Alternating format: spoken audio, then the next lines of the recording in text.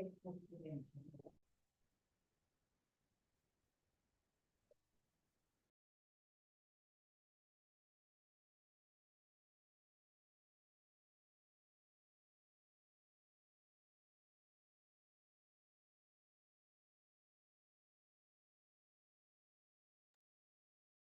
Hare Krishna, dear devotees, welcome for our day 3 discussion on Harinam Chintamani and Nama Bhajan. So now we have already gone YouTube live. All right, it's going YouTube live. So I'm grateful to have all these devotees that join us on Friday morning on 9th January 2026. All right, so we have started this new year, brand new year, and we are utilizing it very positively in Krishna Katha. So my humble obeisances and my gratitude to Vraja Prima Prabhu, Rajendran Prabhu, Samsung SMA175F. I don't know who is that. Mangala Rukmini Mataji, Skandarajan Prabhu, Valiyama Mataji, Vaishnava Kripa Prabhu, Gopalish Prabhu, and Cheong Fuk Wing or Chaitanya Daya Prabhu, and Nagarajan Chalaya. Please welcome everybody. So today we have gathered here to continue our discussion on Harinam Chintamani. Okay, so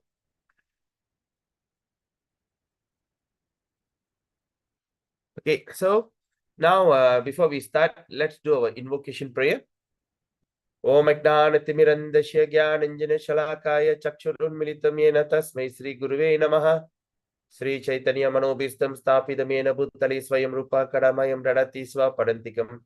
Vandeham Sri Guru Sri Uttaparakamam Sri Gurun Vaishnavamscha Sri Rupam Sagrajadam Sahagana Raghunathan Vidam Tam Sajivam Satvaitam Savaduta Parijana Saitam Krishna Chaitanya Devam Sri Radha Krishna Padan Sahagana Lalita Sri Vishakan Vidamscha Namavam Vishnu Padaya Krishna Prishtaya Bhutale Srimadi Bhakti Vedanta Swamini Tinamini Namaste Saraswati Deve Gauravani Pracharine Nirvashesha Shunyavadi Pasachire Starine Namavam Vishnu Padaya Krishna Prishtaya Bhutale Srimadi Bhakti Siddhanta Saraswati Namine Shri Varshabhanavide Vidayitaye Kripabdaye Krishna Sambandha Viknanadaine Prabhave Namaha Madhuryo Jala Premadya Sri Rupanuga Bhaktira Shri Gaura Karuna Shakti Vigrahaya Namastute Namaste Gauravani Shri Murtaye Dina Harini Rupanuga Viruddha Pasiddhanta Dvanta Harine Namo Gaura Kishoraya Sakshat Vairagya Murtaye Vipralambara Sambodhe Padam Pujayate Nama Namo Bhaktivinodaya Sachidananda Namine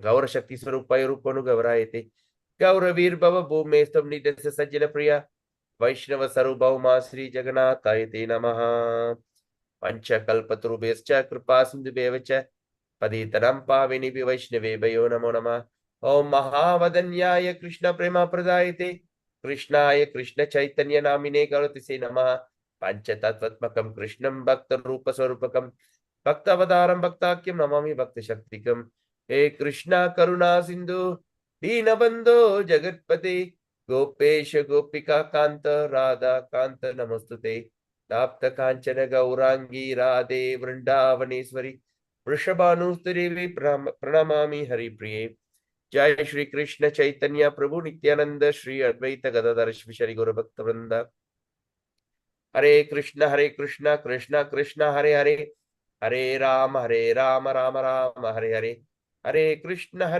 Krishna Krishna Hare Hare Hare Rama Rama Rama Hare Hare Hare Krishna Krishna Krishna Hare Hare Hare Rama Rama Hare Hare Om Namo Bhagavate Vasudevaya Om Namo Bhagavate Vasudevaya Om Namo Bhagavate Vasudevaya Namo Vishnu Padaya Krishna Prishta Bhutale Srimati Jayapataka Swami Tiramni Namacharya Padayini Tai Kripa Pradayini Gaura Kada Damadaya Nagara Grama Tarini Hare Krishna. All right. So today we have went through chapter 1 on this Harinam Chintamani or Nectar of Holy Name. Okay, by Bhaktivinod Thakur.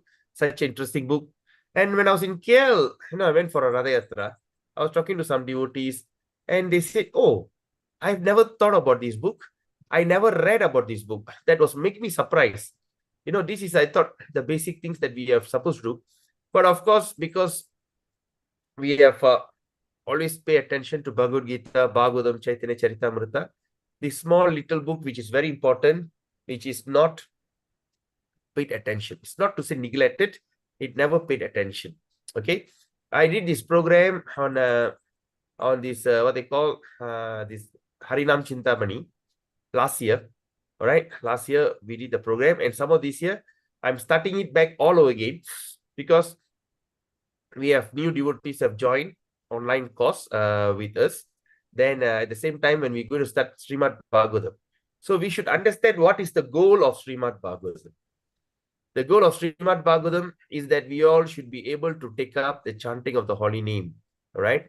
We study that in Canto 11. Canto 11 will be, Krishna will be talking to, who? Oh my God. Krishna will be talking to, what is his name? Uddhava. Uddhava. Yes, Uddhava. Thank you, Prabhu. So Krishna will be like giving a lot of instruction on Uddhava. Then the goal of Srimad Bhagavatam is to make you and to convince you, okay, to chant the holy name. That's final. That's a final conclusion. Then after that, the baton. You know, the baton passed to Chaitanya Charitamrita, where it starts 100% in holy name and Prema Bhakti. Okay. And Canto 11, the lot of instruction on Prema Bhakti and all these kind of things. Okay. So, I was thinking the best thing, okay, because we start now, we go through that Nectar of Harinam Chintamani, because Srimad Bhagavatam is going to be a very big project. It's going to be a huge study. And of course, you see the way that we do the studies, right? Where we like to go into each word and we try to delve deep into the meaning. So once and for all, you understand the subject matter. All right. And some devotees told me, well, I understand, but I don't know how to express. It doesn't matter. We are not here trying to express or try to be a scholarship and to show our showmanship. Oh, I'm very intelligent. I'm very clever. When I give class, people, wow, you know, that's not the intention. The intention here, or sometimes like, oh, I want to pursue some degree like Bhakti Sastri, right? That's not the intention here. The intention here is we have to relish deeply, all right? Because sometimes when you see, you can express everything out, okay? But you cannot express rasa. You can't express taste, mellow. You can never express it. You cannot say it with word. Okay, I'll give you one mundane example. Say that I have never eaten sugar in my life. And I ask you, please describe how the sugar tastes like. Right? I ask Raja Prema, can you tell me how the sugar tastes like? How a person can describe how the sugar tastes like? Oh, it's sweet. Yeah, I've never tasted. You know, it's a kind of feeling, you know, you put in your mouth, it starts to melt in your tongue, and in your, on the top of your head, you can hear ding dong. Ah, really? Yeah, this is, you know what it is. You know what is the only solution? Open your mouth and put the sugar inside. Nah, suck it. This is sugar. So all this has to experience and relish it. Similarly, the reason that we are studying all these things is that we will relish the understanding. All right. The idea is not for a showmanship. Okay, that we should remember that very clearly. Like sometimes they say, oh, you are a scholar. I mean, that's not an intention. So our intention is, let's relish the sugar as much as we can, as in depth as we can. How much? The relishment. Okay, because Nectar, I mean, this Harinam Chintamani is a book will blow the head off. All right. So first we started off by describing the universal pattern. Where are you actually situated? You are in a dungeon. Dungeon means what? It's a kind of prison out of Brahmajyoti. It's at the edge of the universe, Brahmajyoti. At that place is a dungeon, and we are thrown inside.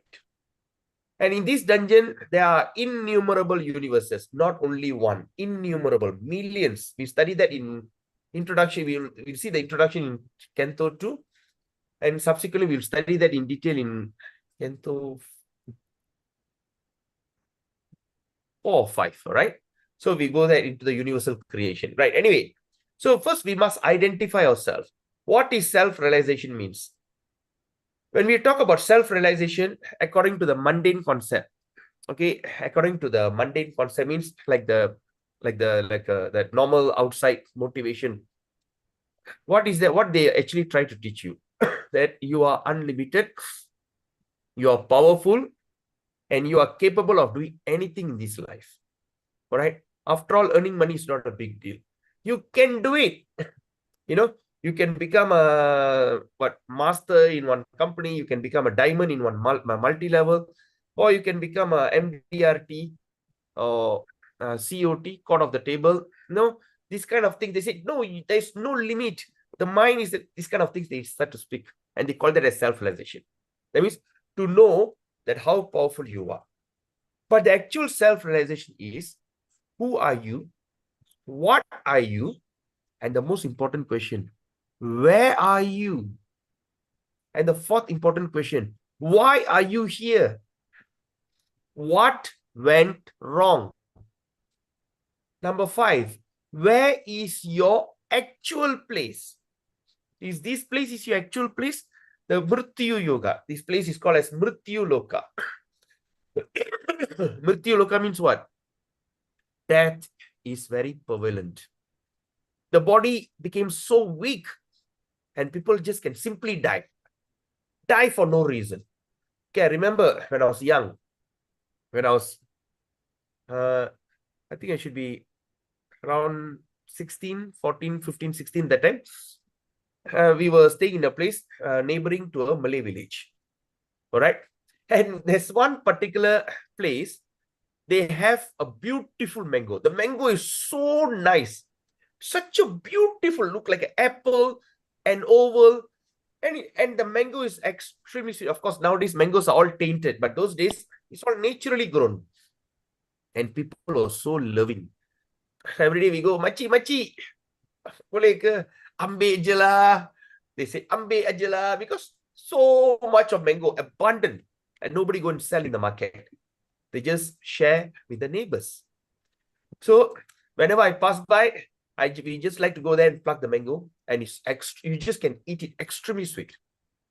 One day, that machi was sweeping under the mango tree. It's a big mango tree. She was sweeping under the mango tree. And this one particular mango from the top fell and hit her on the head, on the middle of the head. I don't know how the thing fell and hit at the middle of the head. And she died on the spot. Okay. She died on the spot. A mango dropping on the head also can kill people. So when we are in Mrityu Loka and we are getting weaker and weaker, human beings are getting weaker and weaker, right? It looks like long life is become a question mark. So we should understand why we are here. Okay, who am I? What am I? What is, why am I here? What went wrong? And where do I actually belong to? All right? We cannot be an ignorant prisoner. This material world is a prison. And when we feel we are very comfortable living in this prison, we are an ignorant prisoner. You know, like sometimes we see that some prisoner, when they go out, they cannot take the outside world. Oh, yo, why lah? They simply go and do some this thing and go back to prison because they are so used to it. So we are all ignorant prisoner. Not we all, the people are basically ignorant prisoner. So we should know where. So therefore we draw the universal chart. Where am I? What is above me and what is below me? And what is that the shell of this universe? Okay, we give an analogy like a coconut, right?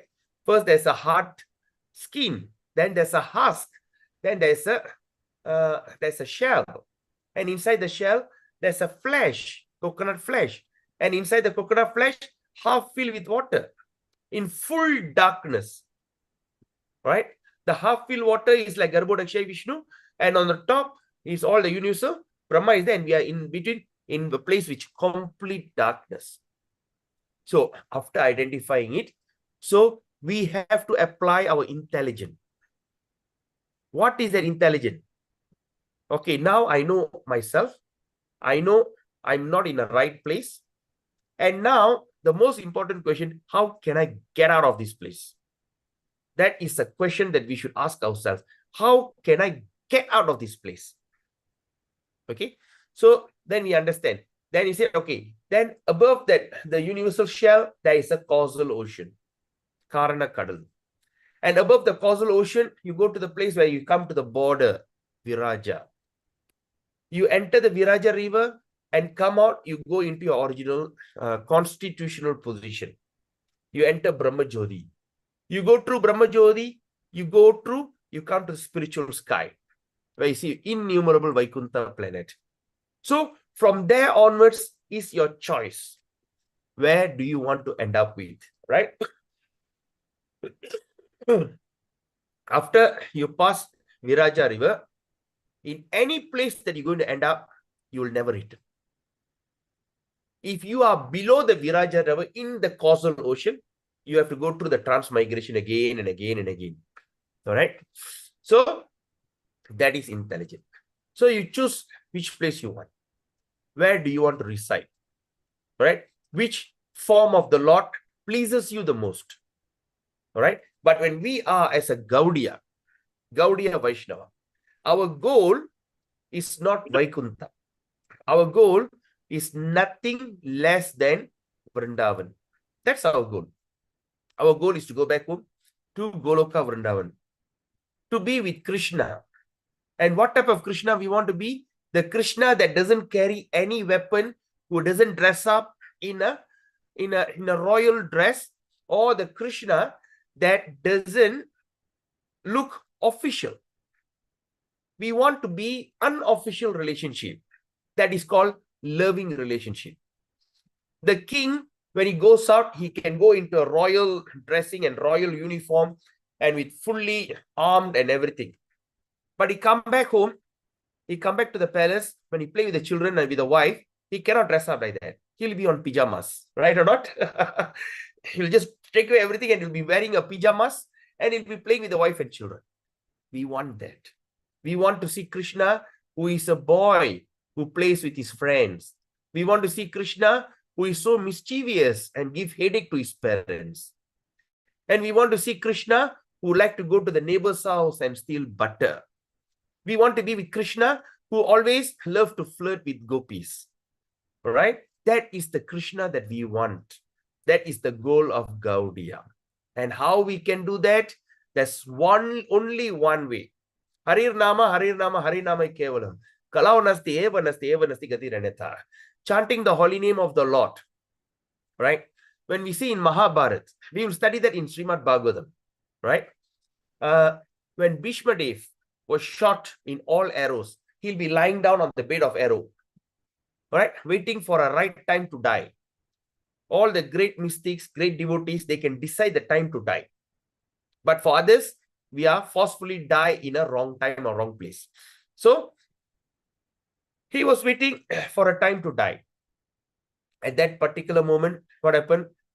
Krishna was there, the Pandavas were there, everybody was there. And Krishna told Yudhishthira, the elder son, the king, the new king, Arjuna's elder brother, go to your grandfather and take instruction. Why? The dying man can give you the conclusion of life. Because he's going to die.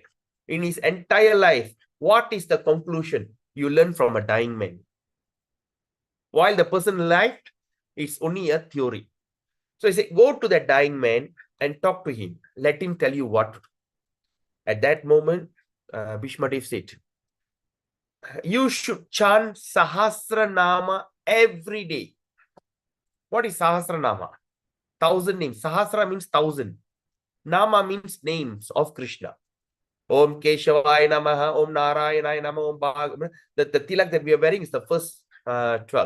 Narayanaya Namaha, Madhavaya Namaha, Govindaya Vishnave Namaha, Madhusudanaya Namaha, Om Trivikramaya Namaha, Om Vamanaya Namaha, Om Sridharaya Namaha, Om Rishikeshaya Namaha, Patmanabhaya Namaha, Damodaraya Namaha, and Vasudevaya Namaha. And like that, there's a what? There's a subsequent 1,000 names. And he said, when a person cannot chant Sahasranama, his tongue is so useless and it's as good as the tongue of a serpent. What is serpent means? Snake. The human tongue is wasted if you don't chant the name of Vishnu, Hari. If you don't do that, your tongue is as good as a snake, serpent, the tongue of serpent, useless and poisonous, right? That is a standard statement. But when we go specifically, what did Lord Chaitanya says? Well, that is right, you should chant Sahasranam. So why not you start to chant the Hare Krishna Maha Mantra, which is more potent and more powerful, that can take you from wherever you are, whether you are a low-born, whether you are an outcast, whether you are a Chandala, whether you are a Malicha, all right? The meat eaters, doesn't matter. You simply take up the chanting of the holy name of Krishna, especially the Hare Krishna, Krishna Krishna, Hare Hare, Hare Rama, Rama Rama, Hare Hare. It will take you to the most abominable condition that you are in, will straightaway take you back home to Goloka. Nothing in between. Right? So, we take a specific instruction. So, the Gaudiya Vaishnava Parampara is giving that specific instruction that you should think and go to the place which is called Goloka. And to go there, the one and only way is simply by chanting the holy name. When you chant the name of Krishna, is equivalent to 3 Sahasranam. 1 Sahasranam is 1,000 names. So when you say Krishna is equivalent, you have uttered 3 times. That means you have uttered 3,000 names of Vishnu. When you say Rama is equivalent, you have to say 1,000 names of Vishnu. So in this Maha Mantra, got 4 Krishna and 4 Rama. That means what? So that means we have 12,000, because 3 each, 12,000 names of Vishnu, and we have what they call Rama means 1,000 names. That means we have 12,000, 16,000 names of Vishnu in one Hare Krishna mantra. When you're going to chant the Sahasranam, it's going to take you at least half an hour, because you're going to utter 1,000 names. Sometimes you go to any Vishnu temple, they have a special puja. They call it Sahasranama Puja. So you have to give some donation. They will put you there in front of the deity. They will start to sing the name and you listen. And imagine you tell the priest once more. Then you tell the priest, repeat. You repeat 2-3 times, the priest will faint. Say, hey, enough. Nothing. I can't do this further.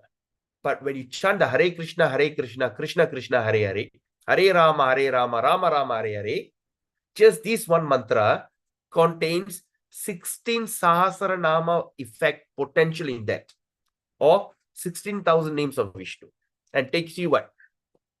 How long does it take? Few seconds? Less than a minute? You chant 16,000 names of Vishnu. And imagine you do that in 108 rounds. 108 times in a round. And you imagine you do that 16 times a day. And imagine you do that 32 times a day. Imagine you do that 64 times a day. Imagine like some Mataji doing 100 times a day. Imagine the innumerable power of spirituality that start to come into you. Tell me what inauspicious can fall upon you. The only way to get rid of inauspiciousness in our life is to take up the chanting seriously.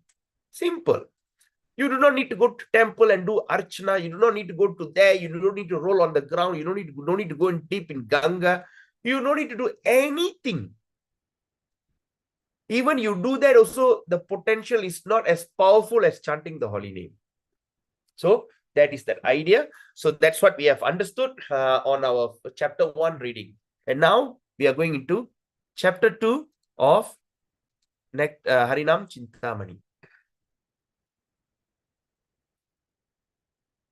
Is it full? All right. Okay. Now, chapter 2. Now, accepting the holy name. First chapter, we understood the first chapter, we spoke on, okay, the glories of the holy name. Okay. Now, we spoke on glories of holy name. And now, in chapter 2, we're going to discuss accepting the holy name. All right. How we should accept the holy name? Give me a second.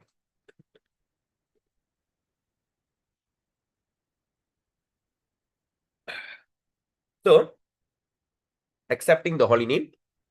All right. Garai Gauranga, Jaya Janava Jivana, Sri Advaita Jaya Srivasadi Bhakta Gana. In the ecstasy prema, Haridas wept. All right. So we spoke about Haridas, all right, on the chapter 1, who is born as a Muslim, who is considered outcast in that Orthodox Hindu standard. And he got the highest boon of chanting the holy name. And Chaitanya Mahaprabhu made him the Nama Acharya. Okay. And also we understood that Haridas is not an ordinary personality. He's the incarnation of Lord Brahma. Right? That's all. So when he asked all that, then Haridas started crying and holding the feet of Krishna. Chaitanya Mahaprabhu said, come on, I'm such a low born. How can you ask me this kind of question? But if you want to know, I only can speak if you inspire me from the heart. Whatever I say is the inspiration from you. All right. So now he went to the level of prema. What is prema means? Prema. And first is we start off as sadhaka. First we start as neophyte, trying out being a devotee. Then we take it seriously, sadhaka. We start to practice. Sadhaka means we are on the level of purification. We are purifying our mind, our intelligence, our ego, all our indriyas, all we are going on a purification level. After we become purified, all right, then you come to the level of bhava. So bhava means what? Ecstatic. Okay, because when there's no impurity in your senses, you can relish just like this. If your tongue got jaundice, if you get a jaundice, any sweet thing can taste bitter. You take a sugar, it tastes bitter. So when our senses are still polluted, we can never appreciate the taste of the holy name. We cannot appreciate the taste of the holy name. We can't take it. The taste of the holy name can feel very bitter. But after all that indriyas, all our senses are purified. With that purified senses, now when you start to chant the holy name, you start to get the taste. And this taste is not like any other kind of mundane taste, but that is the spiritual taste. And a person usually go into ecstatic. He become very ecstatic. And that ecstatic is called bhava. Then after we practice our ecstatic in bhava, our chanting in level of bhava nilai, what are the things that happen? Horripilation, heartbeat, cry, the hair will stand on the end, right? Just hear the name of Krishna, your body will start shiver. These kind of things you come. After you come to the level, then Krishna have to bless you. Until the level of bhava, it's your hard work. But to get prema, Krishna have to grant it. All right? Krishna have to grant it. So when Krishna granted, it's called prema. So once you go to the level of prema, what happened?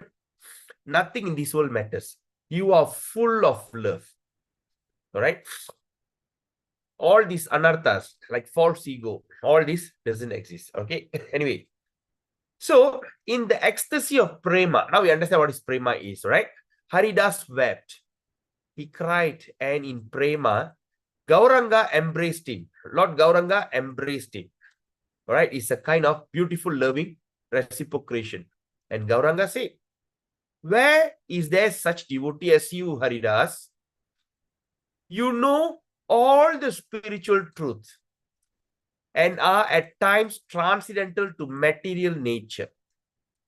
So, Lord Chaitanya is telling Haridas, where is such a devotee like you? And you know all the spiritual truth. And this truth sometimes transcendental to material nature. It is beyond the material nature. Then he says, taking birth in a low family, you have shown to the world that, please mark this word, obtaining Krishna is not dependent on wealth, honor, family, and refinement, but it is dependent on faith alone. please underline the statement or take a snapshot. Take a snapshot of this. Just give me a second. I want to off the fan.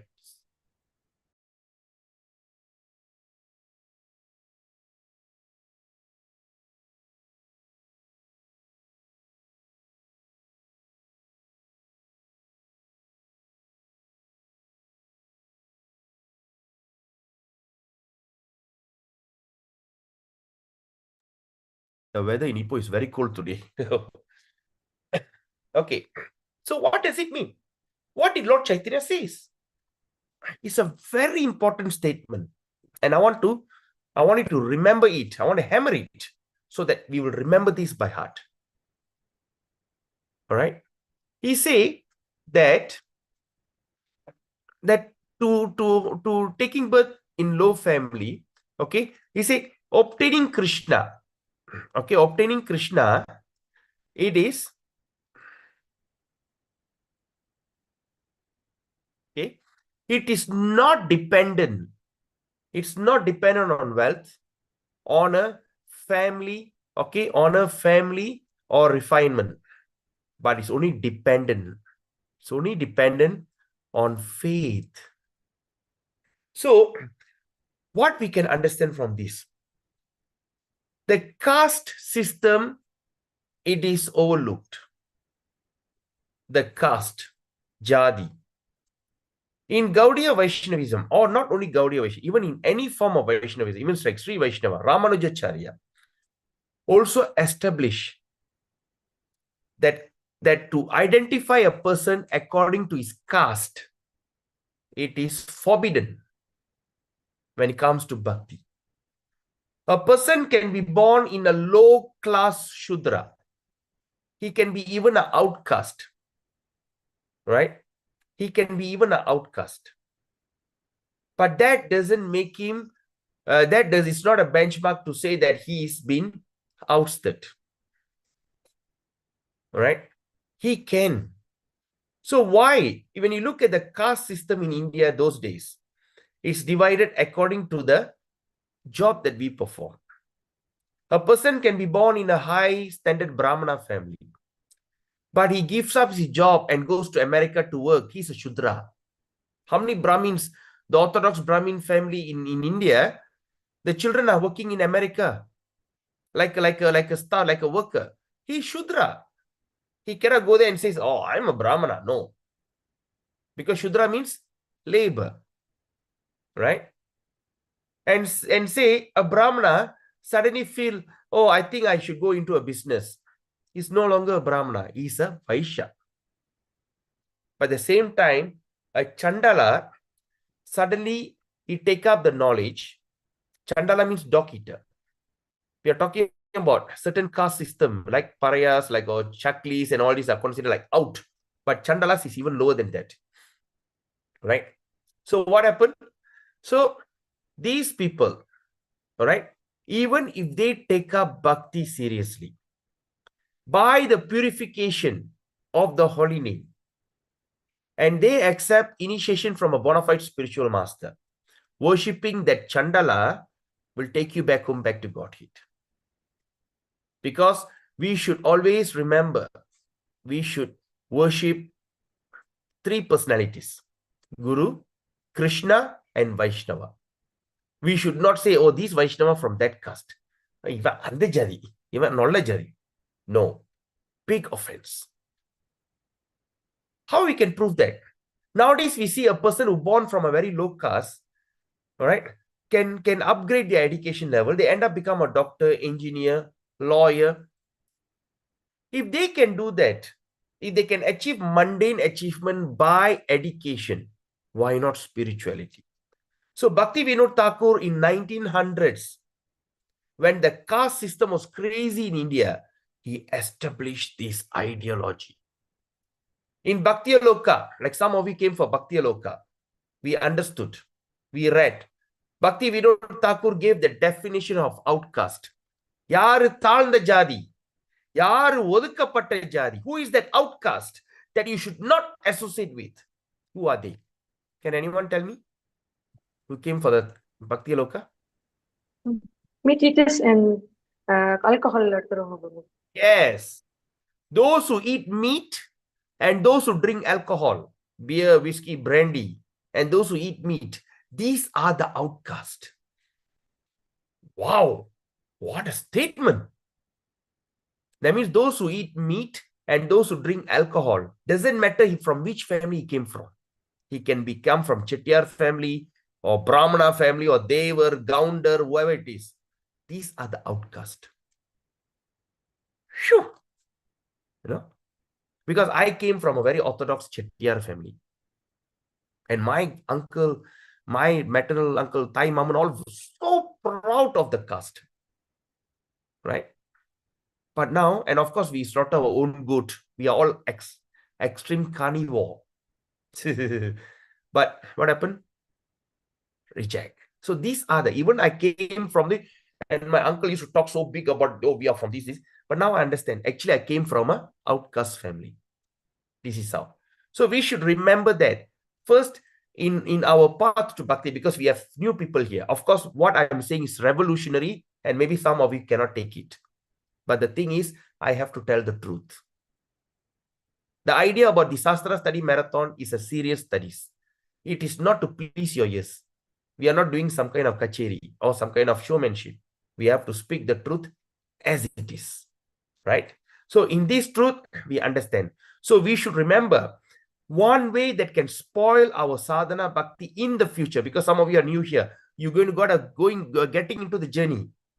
In this journey, if you're going to identify with all this wealth, honor, family, and refinement, and all these things, doesn't work. It will spoil your bhakti. It's all only on faith. You must have a strong faith. Right? So now, Chaitanya Mahaprabhu says, whoever has faith in the process of unalloyed worship, who have faith in the process of unalloyed. What is unalloyed means? When you look at the metal, alloy metal is the metal that doesn't rust. So what is alloy? It's a combination of few metal, iron, silver, or whatever. They combine the metal, mixed. So the metal is strong, light, and cannot rust. So it's not the real metal. All right. So they're called alloy. So unalloy means what? So Prabhupada used the word unalloy. Unalloyed means there's no mixture in rasa. There's no mixture in your feeling. If you have faith, faith means what? The word faith means you are absolutely believe in this one thing. Example, I have faith in my wife. So I have faith in my wife means I 100% believe my wife. I cannot have mixed feeling. I really have faith in my wife, but I suspect, why she dressed up like this? Why today she put this perfume? I go and check a perfume. Allurement, some kind of perfume got all kind of funny name. Flirting, allurement, attractive. Why she use the flirting perfume? Then I say, oh, is she flirting with someone? I love my wife. I believe in her. That's not faith. 100% trust. So unalloyed means what? There is no mixture. There's no doubt. Right? When we accept Krishna as the supreme personality of Godhead, that's it. And we accept Krishna as the Swayam Bhagavan, that's it. We keep our faith only in this Swayam Bhagavan, the original personality. Right? So, but of course, according to our rasa. All right, because maybe my rasa is different, your rasa can be different, right? I have seen like Hanuman. For him, his worshipable deity is only Ram. When Krishna came in the form, when Ram came in the form of Krishna, he looked at him and said, where's my Ram? I am a Ram. Nah, you're not my Ram. No. And he looked, where's my Ram? Where? Oh my God, where is my Ram? When Lord Ramachandra came in the form of Krishna, he don't accept it. He only accept only Ramachandra. Right? Like Prahlad. He only sees the form of Narasimhadev. Right? So like that. So that is faith. So that means we must have that. Whoever the faith which is process of unalloyed worship. So shouldn't be any mixture. And what unalloyed worship? That Krishna is the greater than the demigods. We must remember that. All right. Krishna is greater than the demigods, greater than all the avatar. Okay, all that other demigods. All right. Who are the demigod means? Like Lord Shiva, Lord Brahma, Lord Kartikeya, Ganesha. Okay. But the word demigod sometimes offend the Indians. All right. They offend the Indians. Why demigod? It sounds, come on, it doesn't matter the sound. We must understand what is demigod means. That means they are in between. They are perfected being who have portion of that godly quality. Portion of godly quality. That's called demigods. It is not a bad word. All right. Or in Tamil, we call Devar. All right. Devargal, Devas. All right. Okay. So Krishna is greater than the Devas. And then Lord Chaitanya says, you have understood that the name is the supreme truth. Then, he's mentioning to who? What is his name? Haridas. He said, you have understood that the name is the supreme truth. Paramporul, supreme truth. Right? Which is both means and end. What does that mean? Both means and end means it's the beginning and also it's the final conclusion. Okay? Because you have understood that the name of the supreme, the name is the supreme truth, which is the beginning and also the end. Purida? And you know, and they say, you know the full glories of the name. Lord Chaitanya is telling you know the full glories of the name. And then you are ideal in your conduct of devotional service, achara. So you are ideal. That means you are doing your job, acharam, very nicely. All right. So what achara was doing? Simply chanting the holy name. All right. And you are learned and skillful in preaching. Lord Chaitanya is telling, you are very learned and you are very skillful in preaching. Haridas, Lord Chaitanya, Haridas, I request you to describe the unlimited glories of the name. What glories? Unlimited glories. He just doesn't want to hear one or two words. Tell me all the unlimited glories of the holy name. For it makes me happy. All right? And when I hear those glories from your mouth, okay? So he's telling, I want to hear from you. You are my pure devotee. You give me pleasure. Tell me. All right? I request you to describe. All right? Describe the glories of the name. That makes me happy. Okay? And I want to hear it from your mouth. Okay. Now, let's look at the most important part. Okay? Now we are coming to the important part. Whoever. All right? So before we do this, shall we just take a short break? Because after this, the discussion can go on and I don't want to make a break. Right? So now it's 9:56. We take a short break. Is that okay with everyone? Yes, Prabhu. Okay, all right. All right, so we take a short break. Okay. Now it's 9:56. We make it in 2 minutes. Hare Krishna.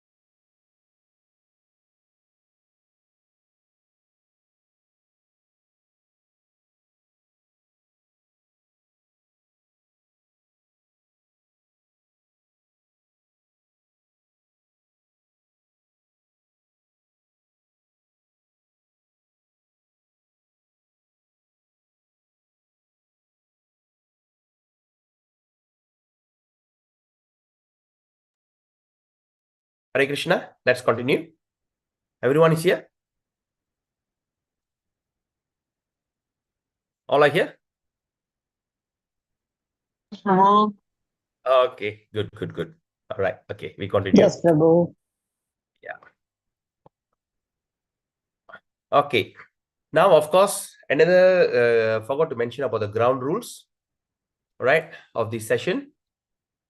If you don't understand, stop me immediately and ask question.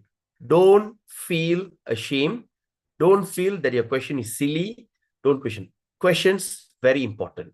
Okay. So if you don't get it, stop me on the spot. Don't feel I will ask later. Okay. All right. So that's the thing. Okay. Now, so Krishna says, I know you. It makes me happy when I hear the glories from your mouth. So Lord Chaitanya wants Krishna, he wants Haridas to speak. Then he continues, whoever says the holy name even once is considered a Vaishnava. What does that mean? Whoever says the holy name even once. So what is Vaishnava means? Vaishnava means the devotee of Krishna. Oops, sorry.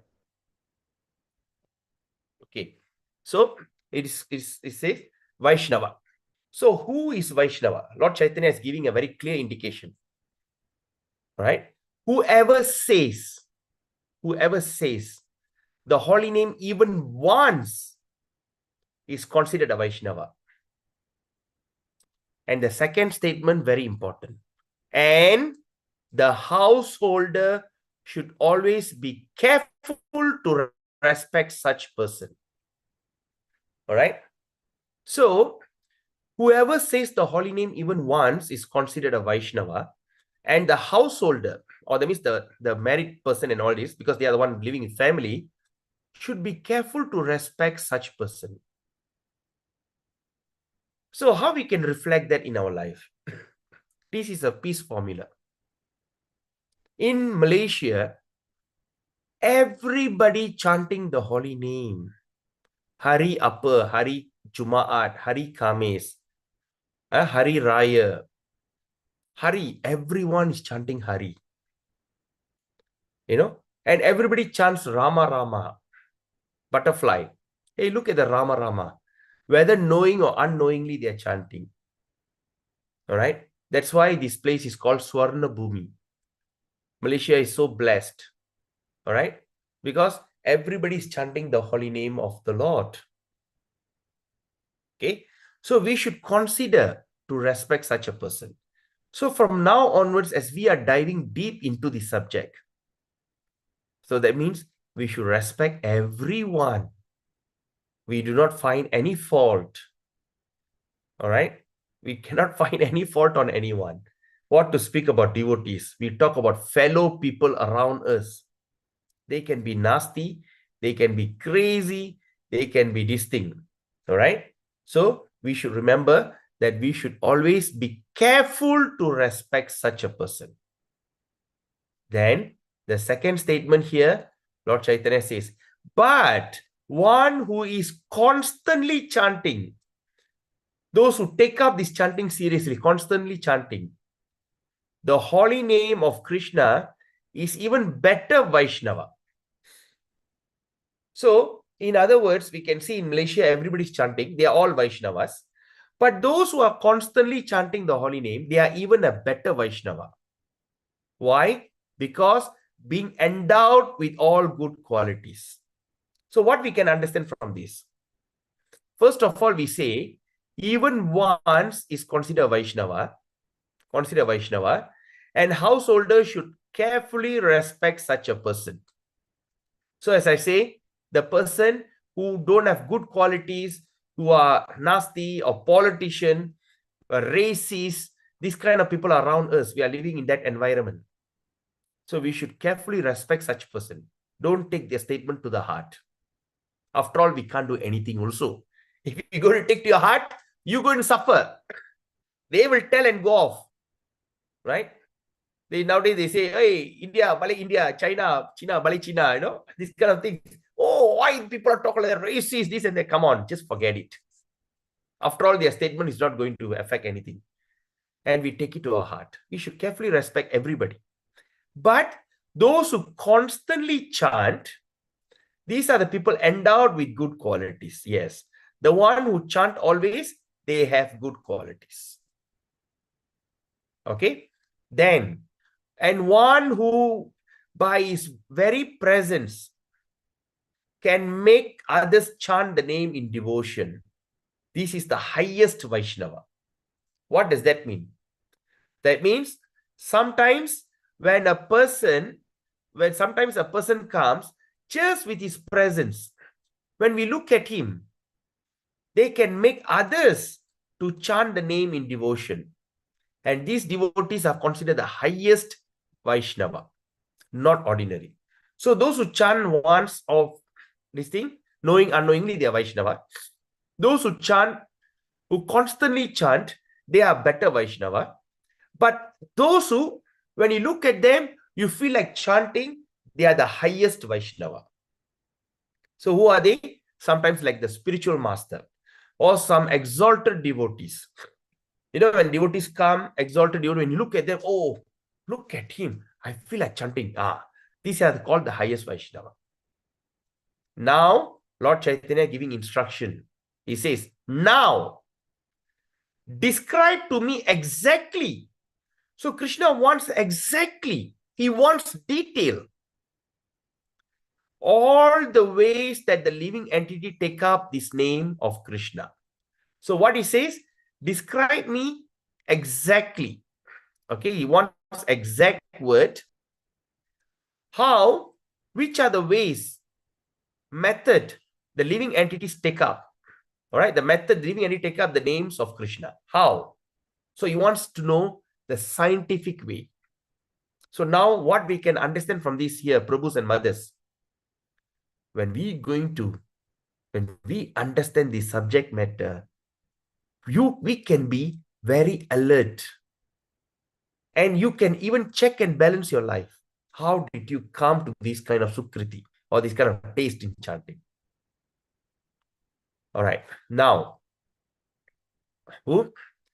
Haridas Thakur's now speaking. Folding his hands in respect,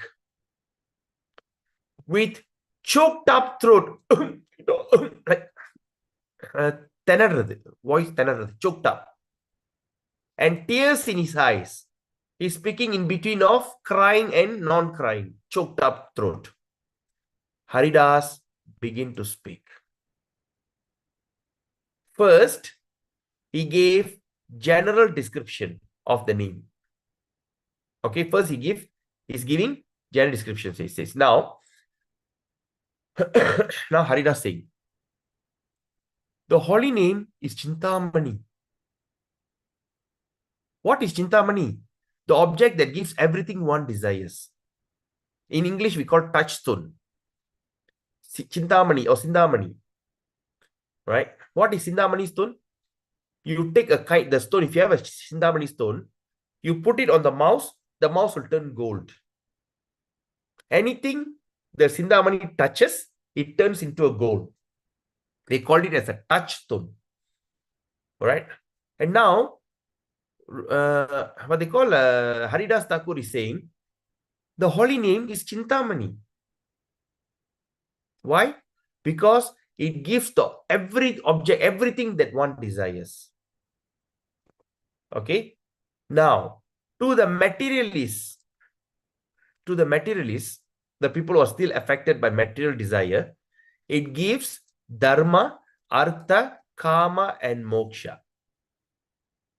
For materialistic people, you want to make big in life, chant Hare Krishna.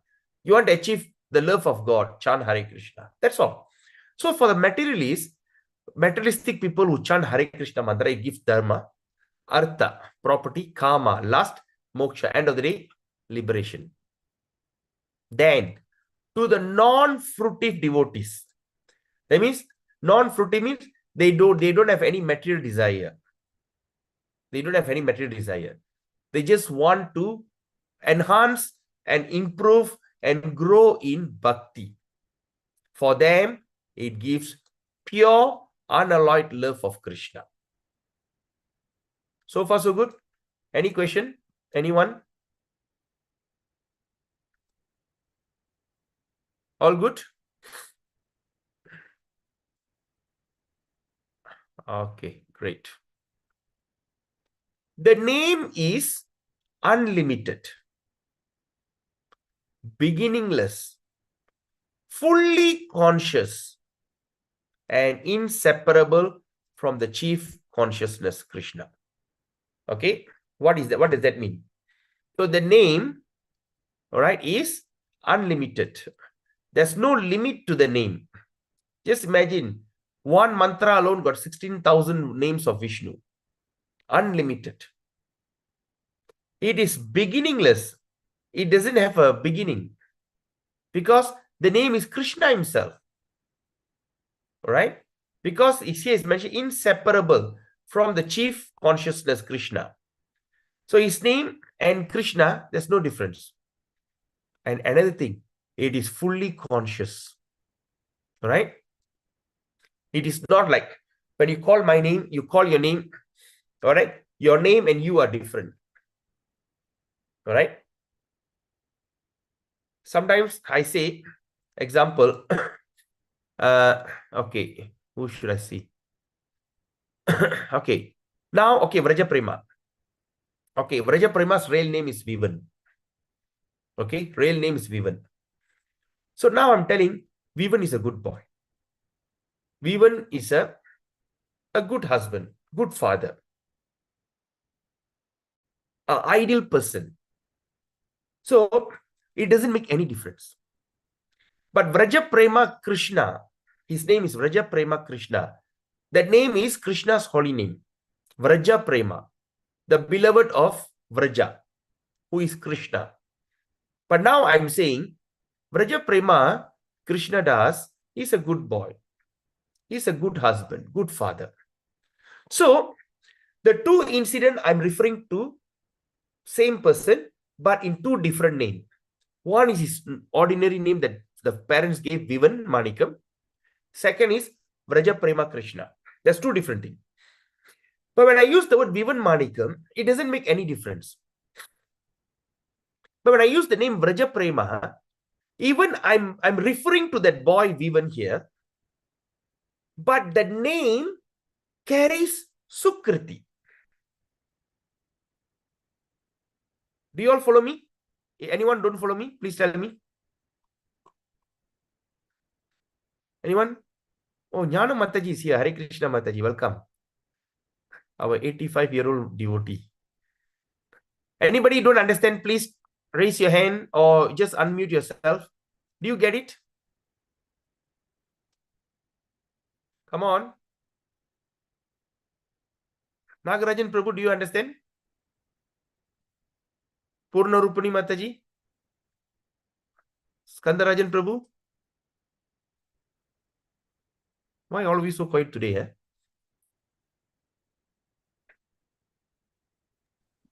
Am I audible? Yes, Rajendra Prabhu, yes. Clearly understand, Prabhu. You understand, huh? Good. Yes, Prabhu. All right, great. Okay. Because if Rajendra Prabhu understand, I assume everyone understands. Okay. All right. Now, the name is, that's why we call the name is fully conscious.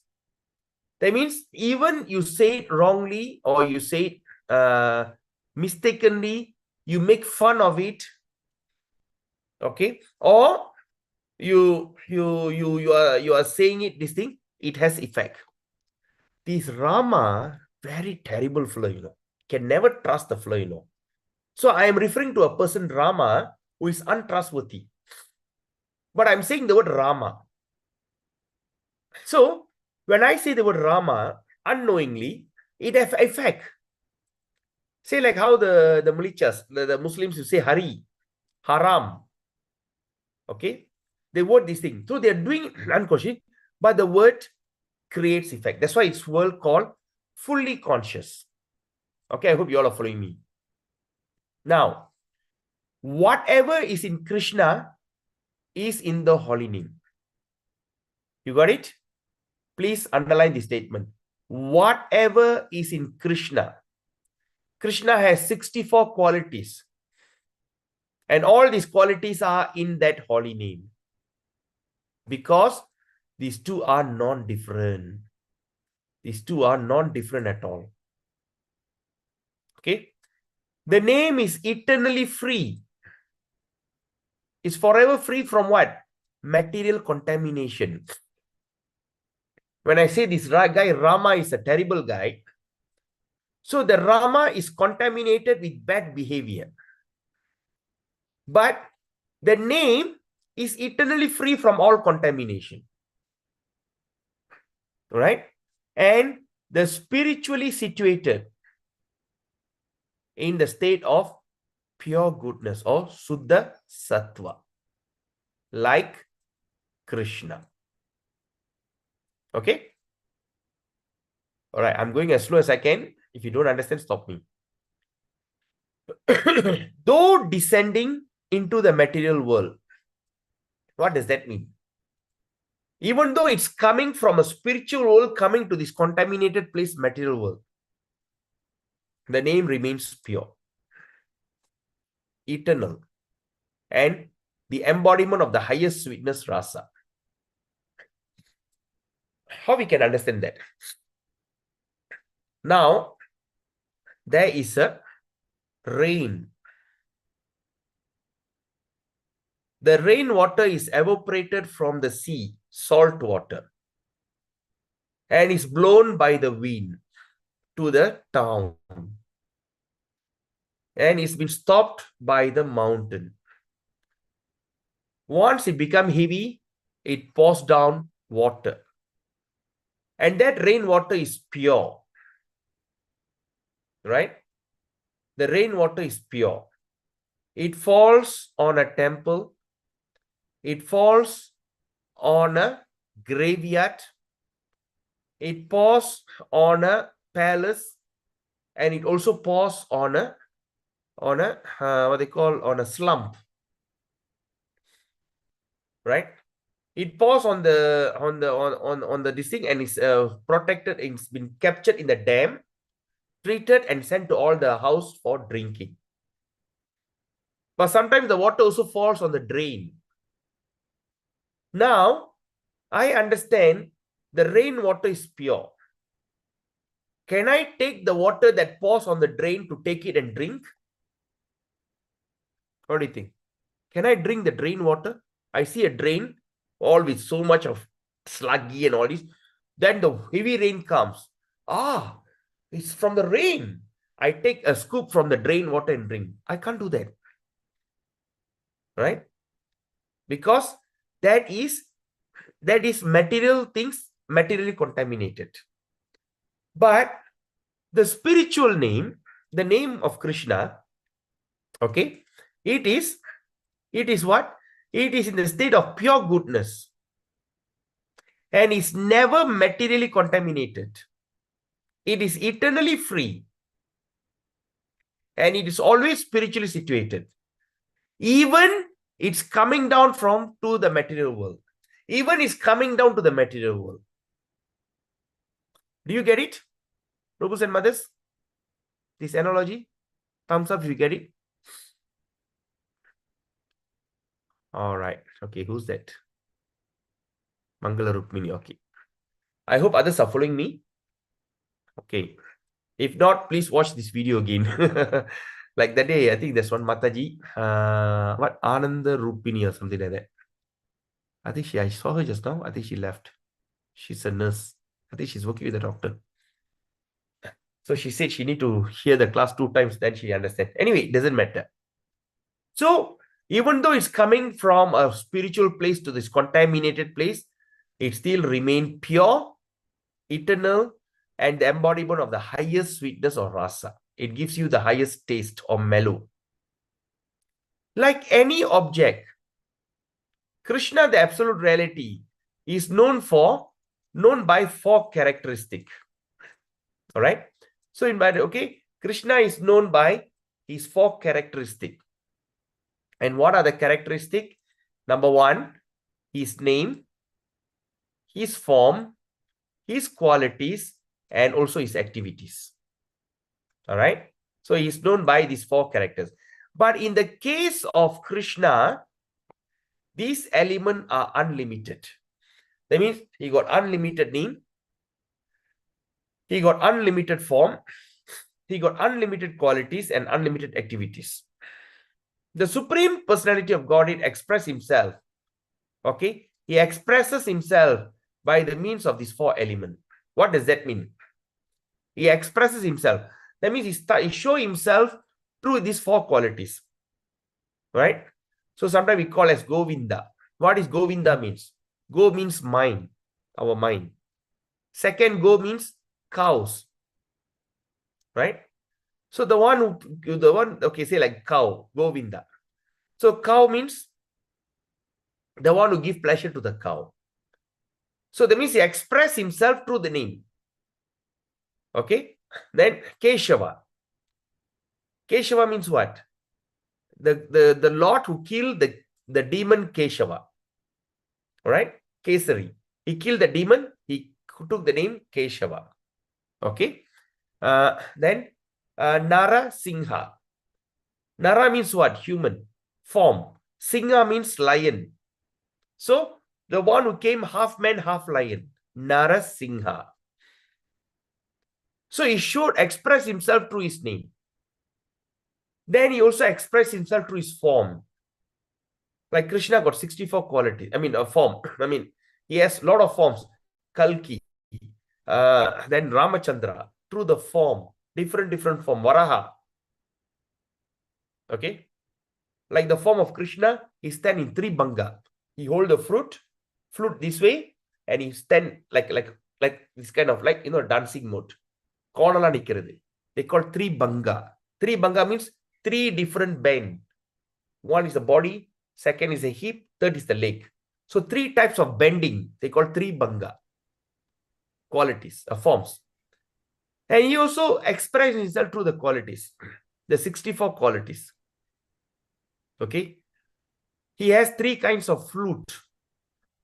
Pulangular. He got three types. One is called Venu. Second is called Murali. Third is called Vangsi. And these three flute got three different ways. The first flute, Venu, he use it when he go for herding the cow.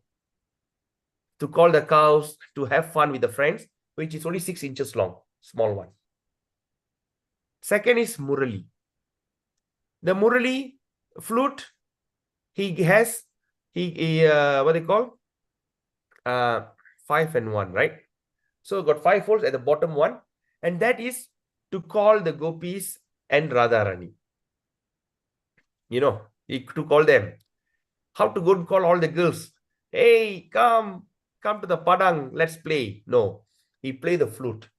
When they hear the flute, the gopis and the Radharani all will drop their things and run to him. And at last is Vangsi. Vangsi is, he use it when he dance with gopis. Right? He gives so much of pleasure.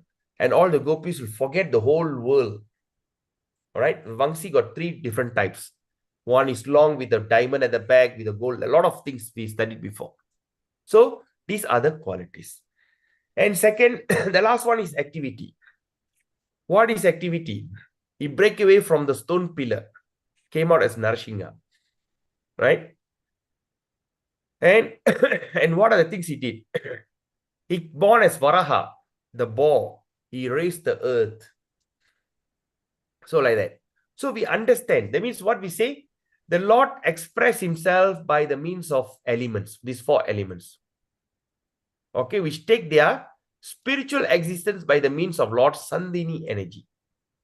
All right, there's 3 kinds of energy. Ladini, Sandhini, Samvit. Ladini is Krishna's internal potency. His internal potency, which is called as Radharani. Sandhini is the potency that creates a platform for him to do. Right? Like for instance, now we are using the Zoom platform to talk to you. So like that, it's a platform, it's a place. Sandhini.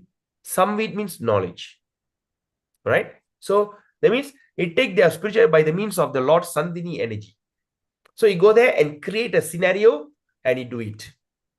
So by this element, Krishna attracts all the people of the universe. By this, he attracts everyone.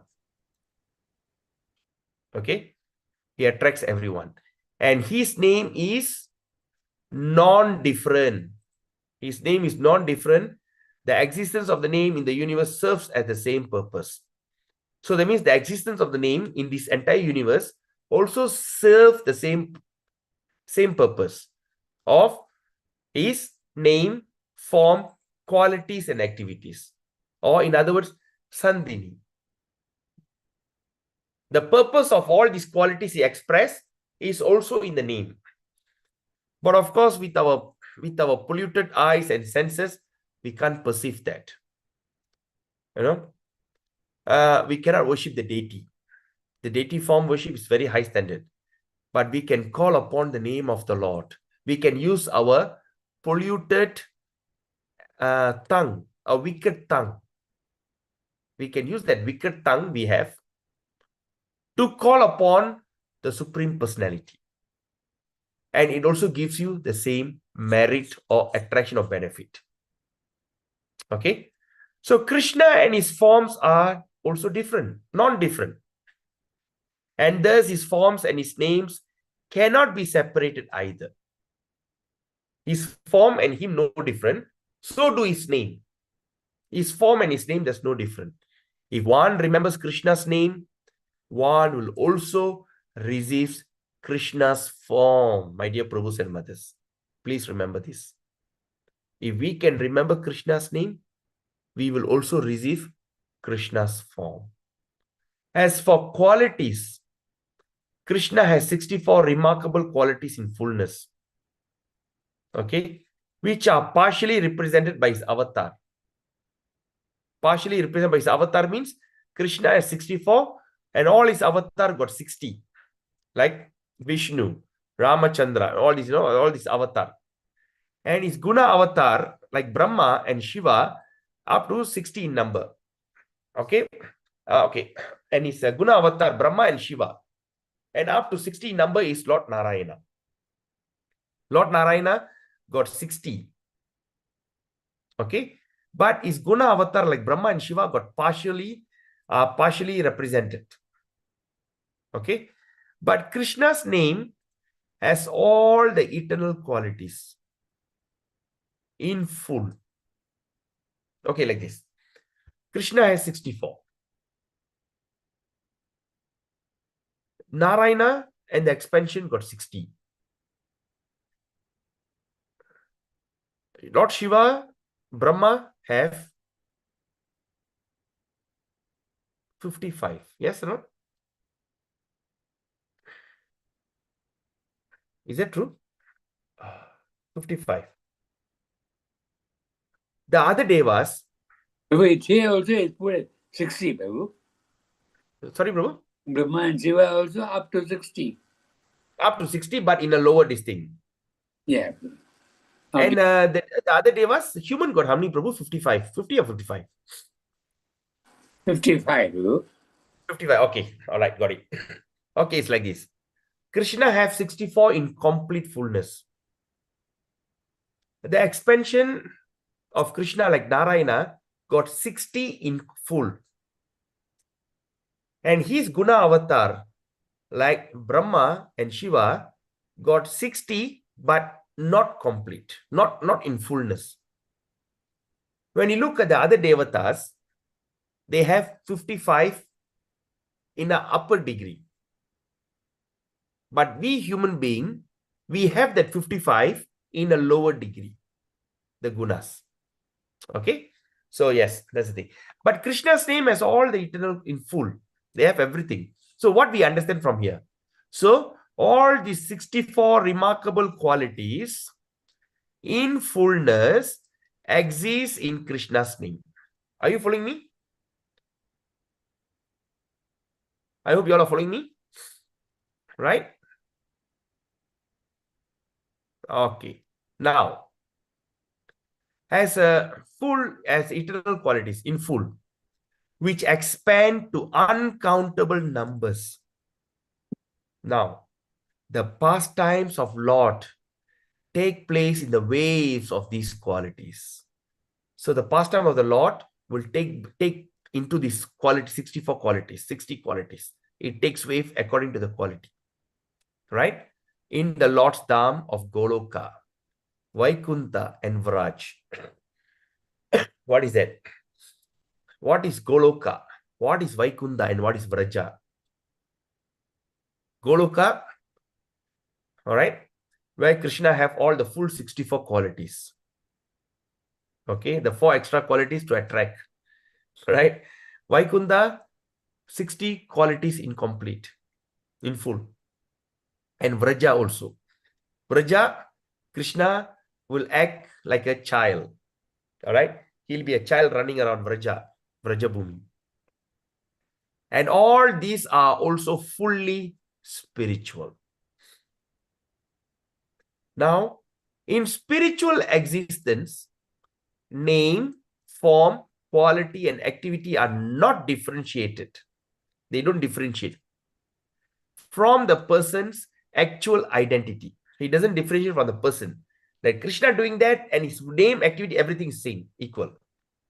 But by combination with dull material element, when the thing come and combine with dull material element, which is not conscious, because the earth, the stone is not conscious, dead matter.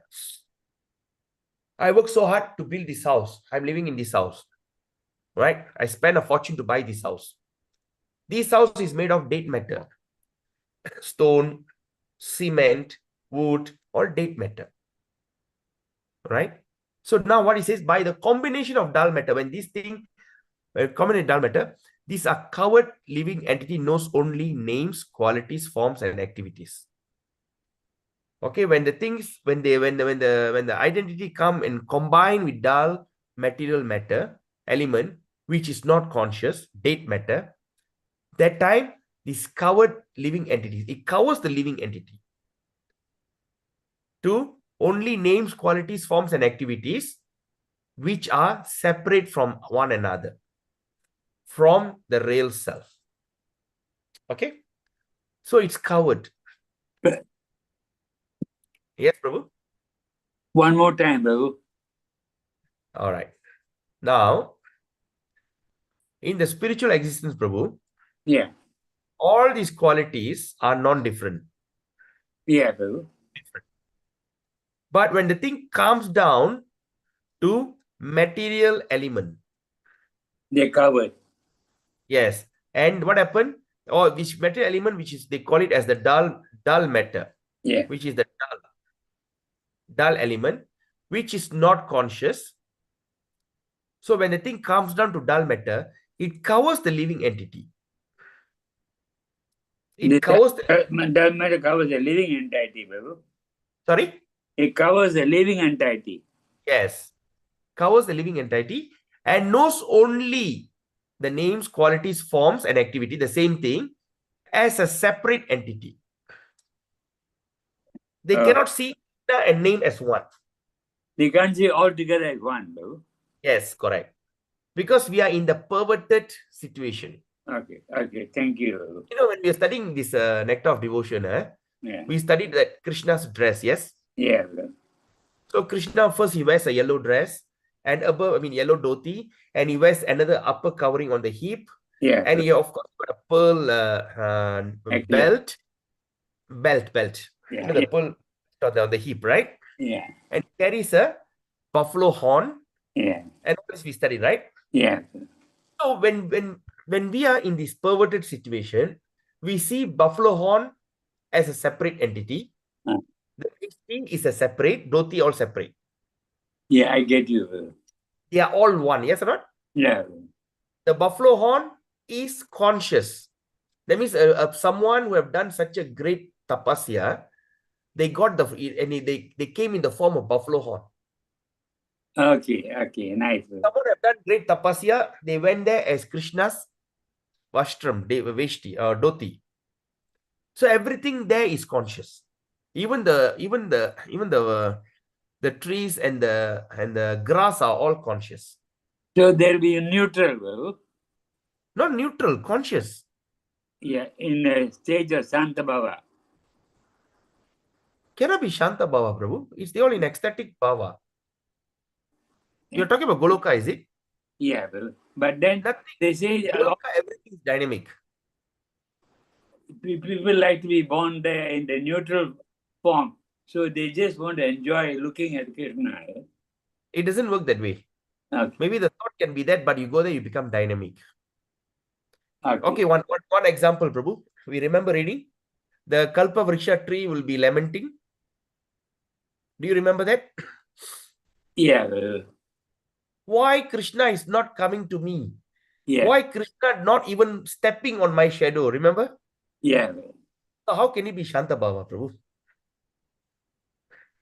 It's all ecstatic. It's all dynamic. Everything in Goloka is dynamic. Yeah. But they can be named as Shanta, but that Shanta Bhava is not material standard Shanta Bhava.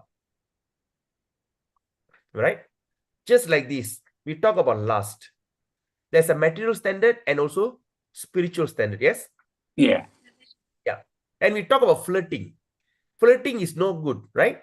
I Yeah. got a wife, I flirt with another girl is no good. It's because pathetic. But in Goloka, that's what is happening. So there's even flirt, the word flirt, but there's a distinction. Okay, Prabhu? Yeah. Prabhu. All right. So name, quality, form, which is in this place, we cannot see everything equally. We see them as separate from one another, from the real self. Okay. Okay, because we are in this dull situation. Okay. Now, name, form, qualities, and activities are one for the pure living entity. When a person becomes pure in his sadhana bhakti, he becomes a pure devotee. That's when they can start to see everything as equal. Okay. But taking shelter of the material body, but when we take shelter of this material body, the jiva distinguish the difference. Because the jiva, we as a pure soul, staying in this material body is a dead matter, because once we are out, this body become useless. Yes or not? Once we get out of this body, the body will become useless. They have to either burn it, bury, or throw to the vulture. The body will become ash, or will become earth after eaten by worms, or if throw to the vulture eats the body and become a stool. You know the vulture, right? Vulture eats dead body. This is the Persian culture. The Persian religion, as about Jain Astro something, they don't cremate. They put the body, so let the nature come and eats it. Give the body back to the nature. And who eats it? Vulture. Kalagu. In Tamil, we call it Kalagu, right? They eat the body. Then go to one tree, drop down. So our precious body will become a stool. The three transformation of the body: stool, ash, or earth. So when jiva, the spiritual soul, enters into this body and takes shelter, so what happened? This situation is the thing they can distinguish the difference. That's when they only see the difference, the name and the form as different entity. I hope you all are following me, yeah? So I'm trying to go as slow as I can. Since Krishna is always beyond material tinge, what does it mean? Tinge, that means not even a drop of material quality. Prabhu, All these elements are eternally parts of the... Yes, someone say something? Prabhu, Krishna, Prabhu. Yes, yes, இப்போ Mataji. நீங்க இந்த material energy அந்த கிருஷ்ணாவோட வஸ்திரம் பத்தி எல்லாம் பேசுனீங்களே பிரபு, எனக்கு அது கொஞ்சம் ரிப்பீட் பண்ண முடியுமா பிரபு? அந்த அளவுக்கு சரியா புரியல பிரபு. இப்ப நீங்க அதுல இருந்து இப்ப கடைசி வரைக்கும் முடிக்கிற வரைக்கும் எது இப்ப இந்த மெட்டீரியல் எனர்ஜியும் கிருஷ்ணா பத்தி நீங்க பேசுனீங்களா, இந்த பௌதிக உலகத்துல அன்கான்சியஸ் மேட்டர் கூட டல் மேட்டர் கூட கான்டாக்ட், அது கொஞ்சம் எக்ஸ்பிளைன் பண்றீங்களா பிரபு? Can definitely. Okay, now let's do it again. Okay. All right. So now, Mataji, see, name, form, qualities, and activities. These four things. புரியுதா? இந்த 4 இது வந்துட்டு கிருஷ்ணனோட வழி. அவர் வந்து எக்ஸ்பிரஸ் பண்றது. Krishna express himself through his name, form, qualities, and activities. You understand this? புரியுது பிரபு. Okay. Now, who can understand this? The pure living entity. Okay. They can understand. The name and Krishna, no difference. The form and Krishna, no difference. You got it? The devotees, is it, my Prabhu? The Prabhu, pure Prabhu. living entities? What is it? The pure living entity, what? Is the devotees, is it? Yes, devotees, of course. Obviously, devotees. Okay, Mataji, you got this? Okay, பிரபு இது வரைக்கும் புரியுது. Okay, there you go. All right. All right, now, okay, let's do this. What color I should use? Okay, dark green. So, we understand name, form, qualities. All right. This is the one that who the pure living jiva can understand. Okay. Now, what happened? We are talking about the jiva. All right. The jiva. The jiva means the soul. And what the jiva did? They are staying in the material body, taking shelter. You got it? Yes, Prabhu. Saki Mataji? Yes, Prabhu, I can hear. So, that means Saki Mataji, you are a jiva and you're living in material body. Okay? So, a jiva who's staying in material body, you know what happened? They see the difference. They distinguish the difference means what? அதோட வித்தியாசத்தை பார்க்கறாங்க. They see the difference. That means what? Krishna is someone and Krishna and his name are two different things. They see the difference. The pure living entity don't see the difference. ஓ பகவானோ ஒரு நாமமும் வேறு இல்லைன்னு அவங்க உணர்வாங்க. Pure devotees. பகவானோ ஒரு நாமமோ வேறு இல்ல. Yes. Okay. ஒரு உதாரணம், ஒரு தூய பக்தர் வந்து கோயிலுக்கு வராரு. கோயிலுக்கு வந்தோடனே அவர் பார்க்கிறது ஜன்னல், கதவு, தரை, ஃபேன், லைட், அங்க இருக்கிற எல்லா ஜாமானும் கிருஷ்ணாவோட பொருள், கிருஷ்ணாவே. Okay? Okay Prabhu.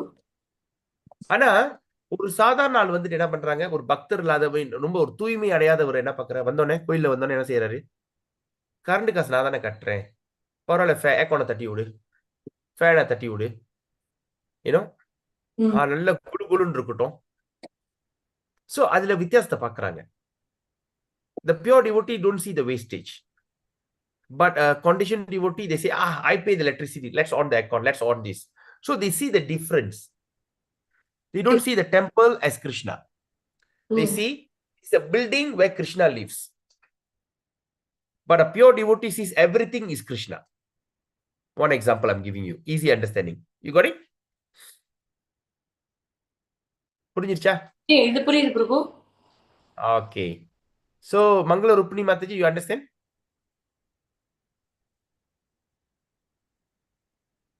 Yes, Prabhu, I do understand. Okay, great.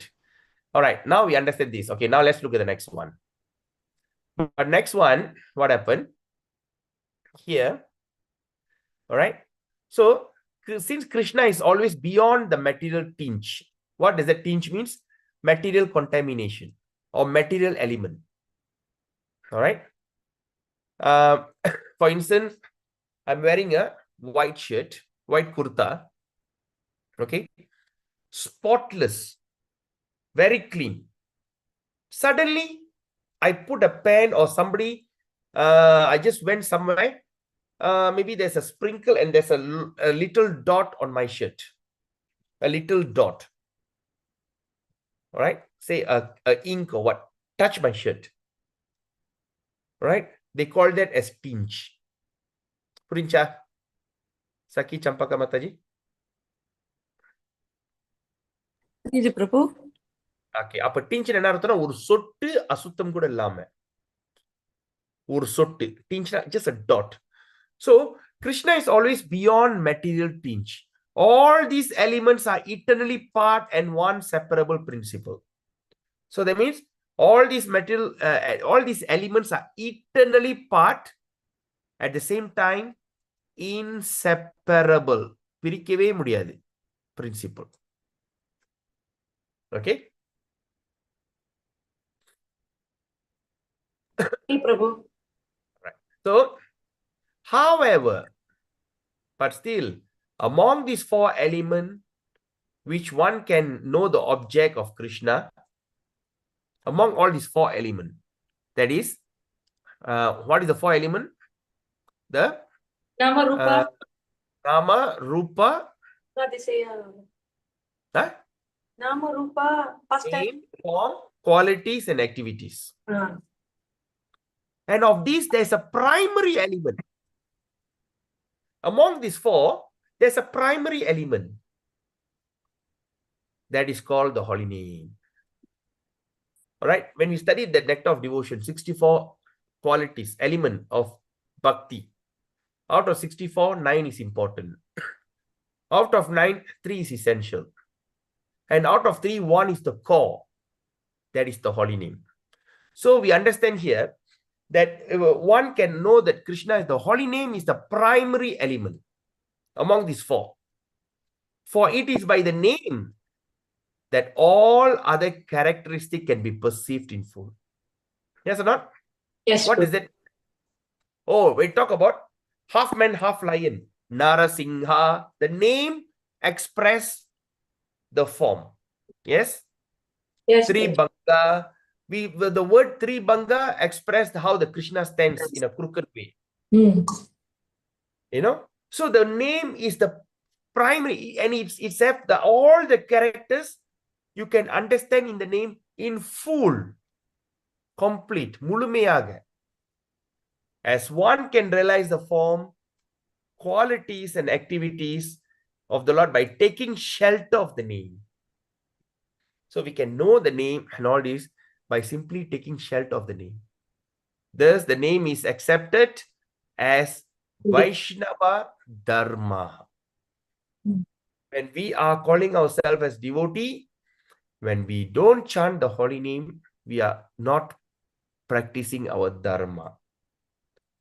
All right? Yes, Lord Chaitanya himself accept the fact that through the chanting of the name, all the pastime of the Lord can be revealed. By chanting of the name, all the pastime of the Lord can be revealed.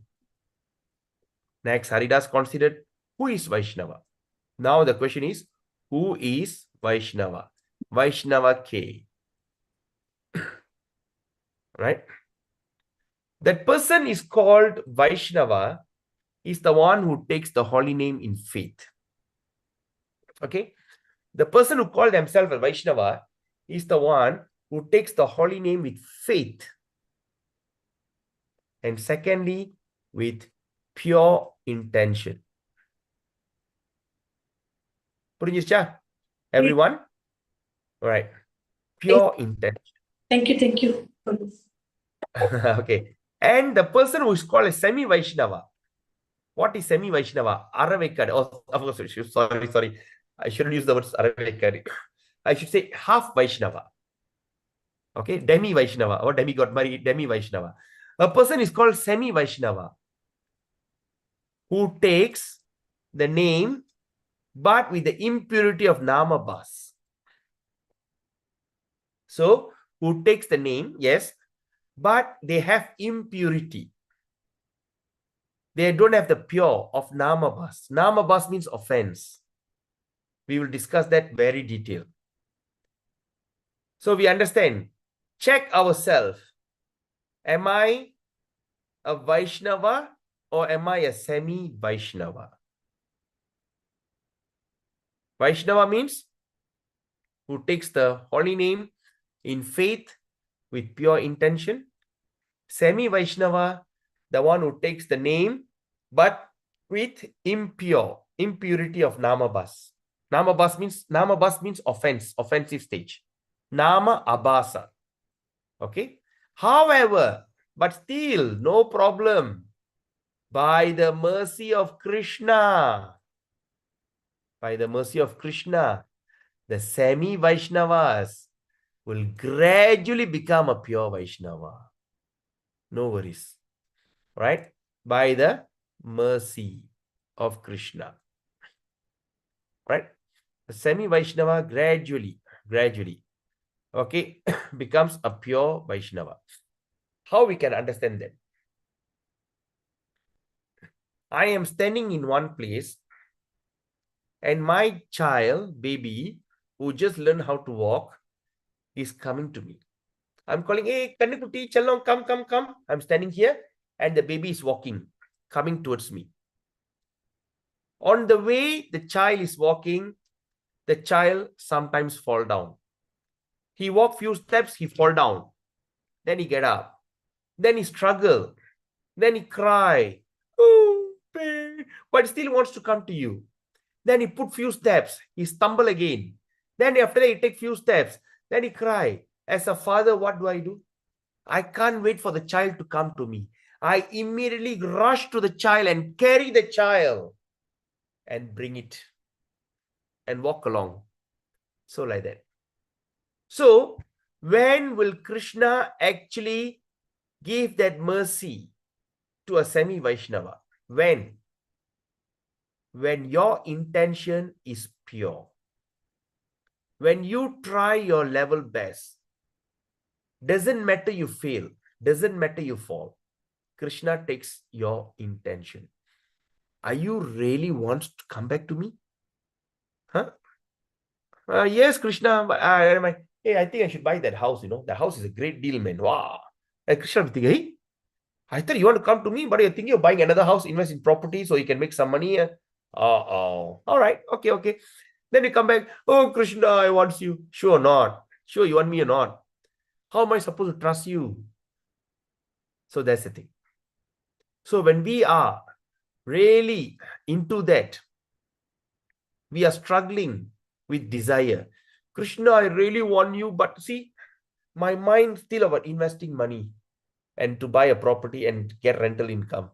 I really want to come to you, but what to do? See, I have to work hard so my children can go to the university. Oh, Krishna, I really want to go. But Krishna knows because we are materially conditioned. We cannot fake ourselves not to think about all these. He knows very well.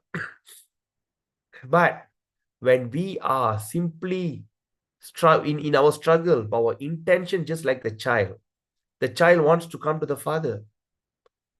But on the way, it fell, it cried, it injured herself. It can't even walk properly. 1 2 step palm, 1 2 step palm. Until as a father, I can't take it anymore. I rush to that and carry the child. Intention. So, Namabas doesn't matter. If your intention is pure, by the mercy of Krishna, the semi-Vaishnavas gradually come to a pure Vaishnava. In either case, it's okay.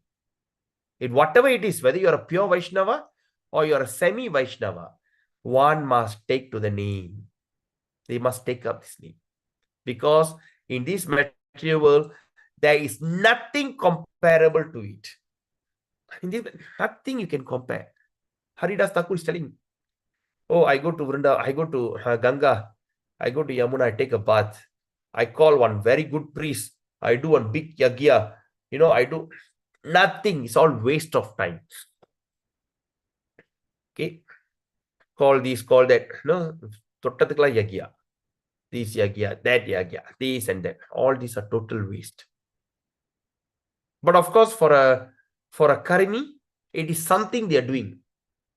But for when we are acquiring this kind of knowledge, we start to think, yes. Right? From me doing yagya, I just chant Hare Krishna. From me going to the Ganga, I better chant Hare Krishna. For me to roll down and do something, Anga Pradesam, I better chant Hare Krishna. All right? Because in this material world, there's nothing you can compare to that. Krishna Prabhu. Yes, Mataji. இப்போ நீங்க சொன்னீங்க பிரபு இந்த யக்யா பத்தி சொன்னீங்க. I understand. Hari நாம சங்கீர்த்தனம் தான் உயர்ந்தது. யக்யா அந்த யக்யா தான். So இப்போ பகவத்கீதை சாப்டர் மிஸ்டேக்கன் சாப்டர் 13 எனக்கு தெரியல. அதுல சொல்லி கொடுத்தப்ப நான் ஒரு தடவை கேட்டிருக்கேன். ப்ளீஸ் கரெக்ட் மீ பிரபு. யக்யம் தானம் தவம் இது எக்காரணத்தை கொண்டு ஹியூமன் பீயிங் ஸ்டாப் பண்ணக்கூடாது. பிகாஸ் அது ஒருத்தவங்களோட மனசை மென்மையாக்கி பியூரிஃபிகேஷன் நடக்குது. ஸோ பியூரிஃபிகேஷன் நடந்தால் ஹாலி நேம் அக்செப்ட் பண்ணிக்க முடியும். ஸோ இது எப்படி பிரபு இது புரிஞ்சுக்கிறது இப்போ நீங்கள் சொல்றது? அது யாருக்கு, அது என்ன மாதிரி பக்தர்களுக்கு அந்த அந்த அறிகுறி அந்த அந்த அந்த அந்த சஜஷன் கொடுத்தாங்க? நியோஃபைட்ஸ்க்கா? Exactly, okay. for neophyte, right? That means karmi who don't do anything, they have to perform this kind of things. Okay, when we do yagya, we chant Hare Krishna, yes. When we do yagya, we chant all kind of mantras, yes or no? Yes. So that's the thing, that's the idea. But here we are talking about the next level. Okay, understand. Okay. Thank you. Okay. Okay. Now, so in either case, one must stick to the name. For in this material world, there's nothing you can compare to that. And the next thing, what Krishna says, it is the ultimate treasure in Krishna's storehouse. All right? You break open, go to Krishna's storehouse, right? Krishna Gajanaவை எப்படி திறந்து பூந்துட்டீங்க, திருடா மாதிரி உள்ள நுழைஞ்சிட்டோம். அந்த இடத்துல என்ன பண்றோம்? எது ரொம்ப ஒரு பொக்கிஷமான ஒரு ஒரு ஒரு ஒரு என்ன ஒரு what they call what they see in treasure, what they call treasure in Tamil? Okay, anyway, you know treasure. So I am a thief. I break open to Krishna's Gajana, or is what they call is a storehouse. I went in.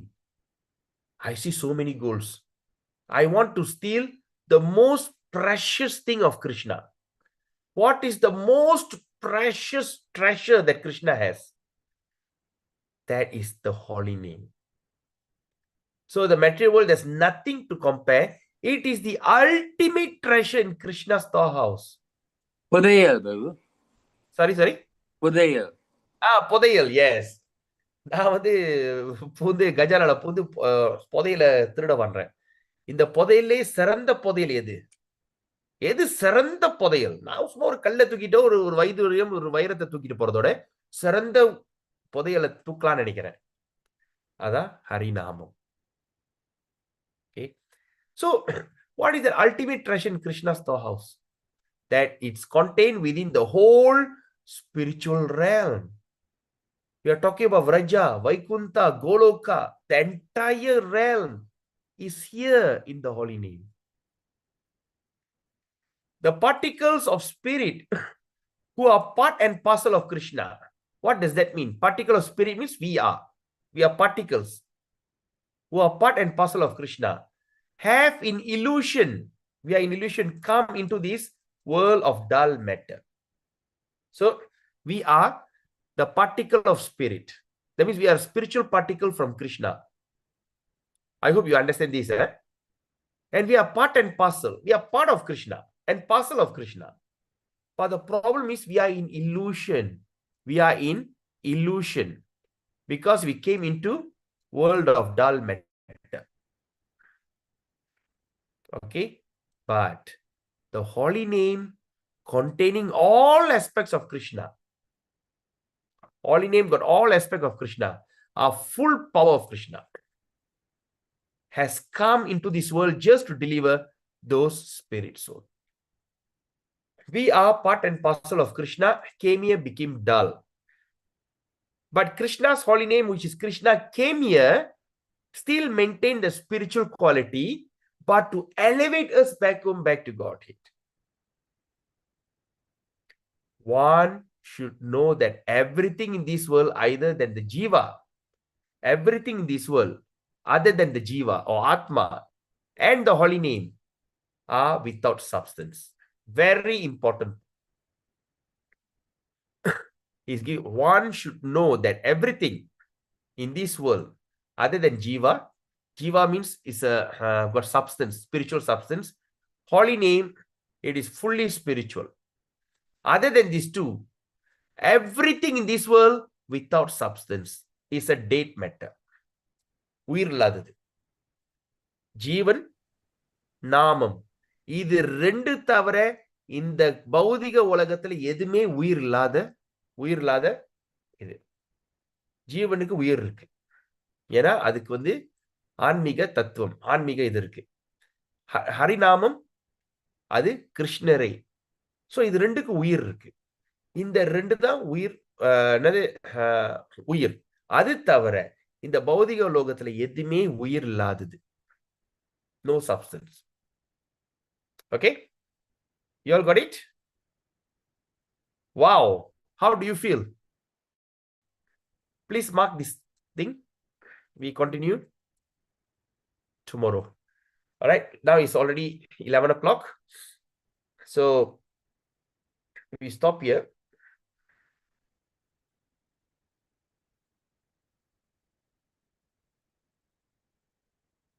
Okay, can any one of you got a book with you? Because I don't have a book with me now.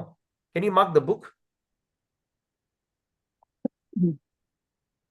Mangalu Mataji, you have the book, right? இல்ல பிரபு, I don't have.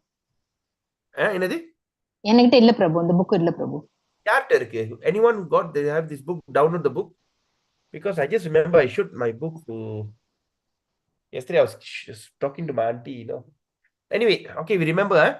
So Krishna's name are the two types. Okay, all right. So okay, let's see.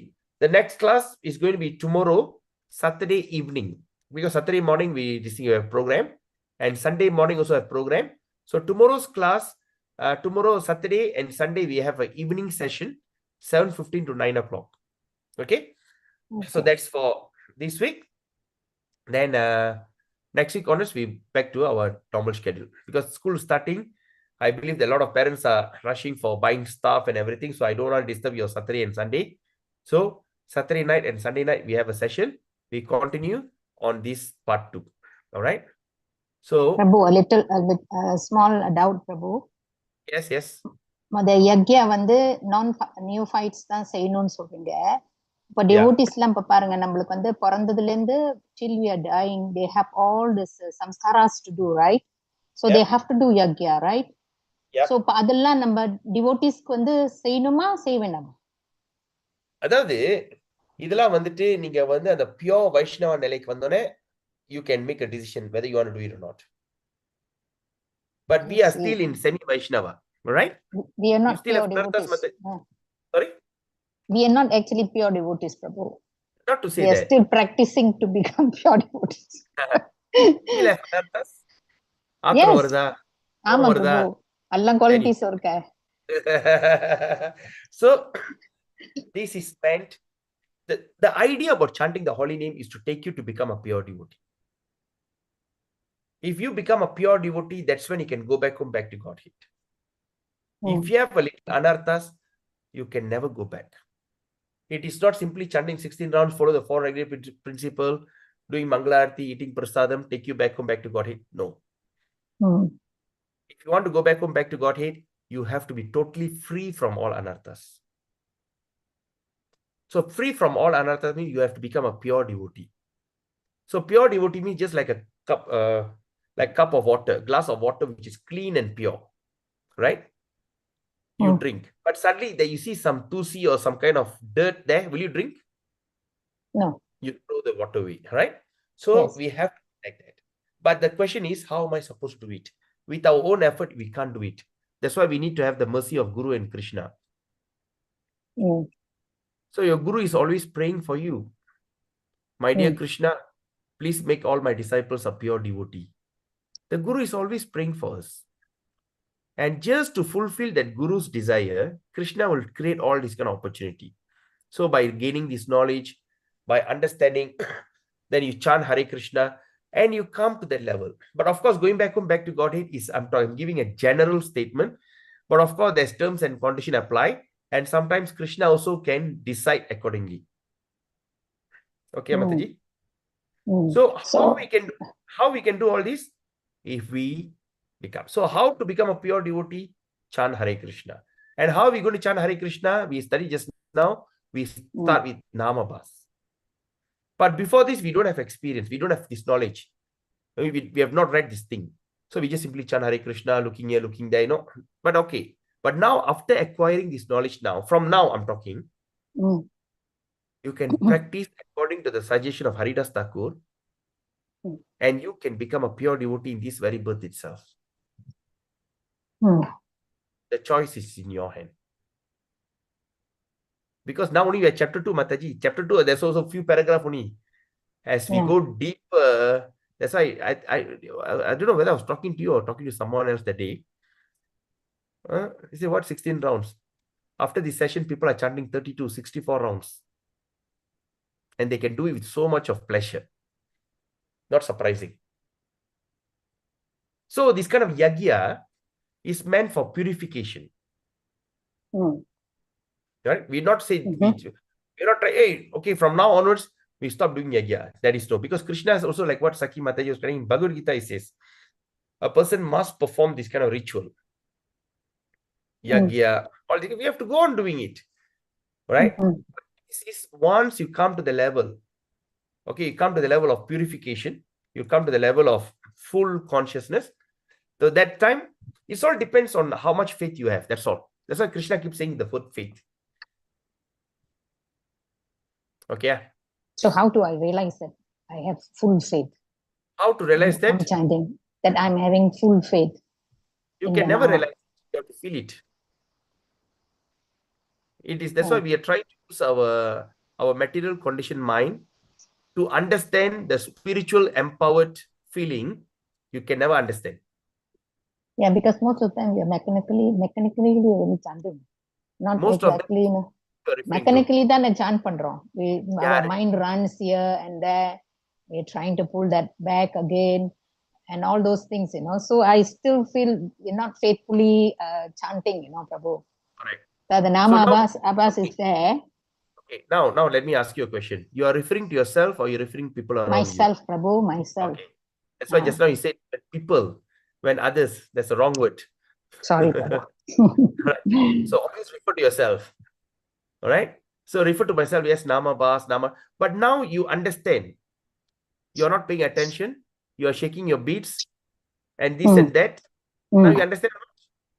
Yes. That is a big realization. Trust me. Yeah. இவ்வளவு நாள் தெரியாதது இப்ப தெரிஞ்சிச்சுன்னா இது ஒரு பெரிய ஒரு realization. You got it? Yes, Prabhu. And develop from here. Even I'm also not doing properly. We are all discussing together. I'm not lecturing. We are studying together. Okay, so eventually, I have seen things will work out. Yes, Saki Mataji. Thank you, brother. Yes, welcome. Saki Mataji. Prabhu, Hare Krishna, Prabhu. Prabhu, இப்ப மத்தாஜி கேட்டிருந்தாங்களே இந்த இது இந்த நம்ம சம்ஸ்காரம்லாம் கடைப்பிடிக்கணுமா அப்படிலாம் கேட்டிருந்தாங்களே. இப்ப நீங்க சொல்லியிருந்தீங்க, எனக்கும் நல்லா வழங்குச்சு. இப்ப எனக்கு நடந்த அந்த ஒரு இன்சிடென்ட் ஷேர் பண்றேன் பிரபு. ஒரு தடவை கிளாஸ்ல வந்து பக்தி பிரகட் பாகவத மகராஜ் சம்ஸ்காரத்தை பத்தி பேசிட்டு இருந்தாங்க, பிண்ட ஆஃபரிங் பத்தி பேசிட்டு இருந்தாங்க. அப்ப அந்த டைம்ல ஒரு டிவோட்டி இறந்துட்டாங்க, அவங்களோட மாமியார் இறந்துட்டாங்க. ஸோ அப்ப நான் கேட்டேன், கொஸ்டின் எண்ட் ஆஃப் த செஷன்ல கொஸ்டின் கேட்டேன். இப்ப நான் வந்து கிருஷ்ணா கொஞ்சம் ப்ராக்டிஸ் பண்றேன், நான் ஒரு பியூர் டிவோட்டி இல்லை. ஸோ இந்த சம்ஸ்காரம்லாம் வந்து பியூரிஃபிகேஷனுக்கு தான் அதை ஃபாலோ பண்றாங்க மகாராஜ். அப்ப நான் வந்து ஸ்டில் நான் இதெல்லாம் ஃபாலோ பண்ணணும் தானே. இப்போ ஒரு எக்ஸாம்பிள், என்னோட ரிலேஷன் வீட்டுல வந்து இறந்துட்டாங்க, நான் போயிட்டு இல்லை எங்க வீட்டுல யாராச்சும் ப்ராப்ளம்னாக்கா, இந்த மாதிரி ஃபினிரல்னாக்கா நான் இதெல்லாம் செய்யணும் தானே மகாராஜ்னு கேட்டேன். மகாராஜ் வந்து நீங்க சொன்ன மாதிரி தான் சொன்னாரு. என்ன சொன்னாருன்னா, இல்ல நீ ஆஃபர் பண்ண வேணாம், நீ ஆஃபர் பண்ண தேவையில்லைன்னு சொன்னாரு. ஏன் மகாராஜ், நான் வந்து இன்னும் அந்த குவாலிட்டிஸ்லாம் என்கிட்ட இல்லை, நான் இன்னும் ஒழுங்கா கூட சேண்ட் பண்ணல மகாராஜ். மகாராஜ் ஒழுங்கா தான் சேண்டிங் பண்றேன், பட் அட்டென்டிவா பண்ணலன்னு. இல்ல you know need to do அப்படி சொன்னாரு. ஆனா உன்னோட ஃபேமிலி மெம்பர்ஸ் டிவோட்டி எல்லாத்தவங்க யாராச்சும் இந்த மாதிரி சுச்சுவேஷன் தான், நீ போய் அவங்களை கைட் பண்ணலாம், but you know need to offer அப்படிதான் சொன்னாங்க. அப்ப நான் என்ன புரிஞ்சுக்கிட்டேன்னா பிரபு, நம்ம வந்து பியூர் டிவோட்டி இல்லாட்டியும் we have to keep on முயற்சி பண்ணி கிருஷ்ணாட்ட, குரு கிருஷ்ணா கிட்ட மன்றாடி கேட்டு நம்ம ப்ராக்டிஸ் பண்ணி நம்ம டெவலப் பண்ணிக்க முயற்சி பண்ணணும். நான் எனக்கு வரும் நம்ம உட்கார்ந்து இருக்க கூடாது. சோ நான் முயற்சி பண்ணிக்கிட்டே தான் இருக்கணும்னு நான் அதை அப்படி வழங்கிட்டேன் பிரபு. Yes, you are really right. Because in fact, all the things that I'm talking to you, I learned from Bhakti Bhagavad Maharaj. He's the one who taught. There's a called Japa Ashraya course. He was encouraging people to chant 64 rounds. All right. Nice realization. So, okay, to translate into English, Saki Mataji is telling, she asked Bhaktivinod Bhagavata Maharaj, in case if there's any death or any kind of ritual I have to perform, should I do it? And Bhaktivinod Bhagavata Maharaj says, no need to do it. And she asked, what happened to my family members, relations who are not a devotee? And he said, Bhakti Maharaj said, go and guide them, but you don't do it. Even when you are chanting in Namabas, you are considered very elevated. So you do not need to do all that. All right. So that's the thing. Okay, we'll study that as we go on in these studies. Okay, Mataji. Saki, Mataji. Okay, Prabhu. Thanks, Prabhu. See, last year you came for this course, right? In the course, Prabhu? Harinam Chintamani vandinga thane pona tharava. இல்ல நான் வரல பிரபு நான் start பண்ணது என்னோட தான் பிரபு. Okay.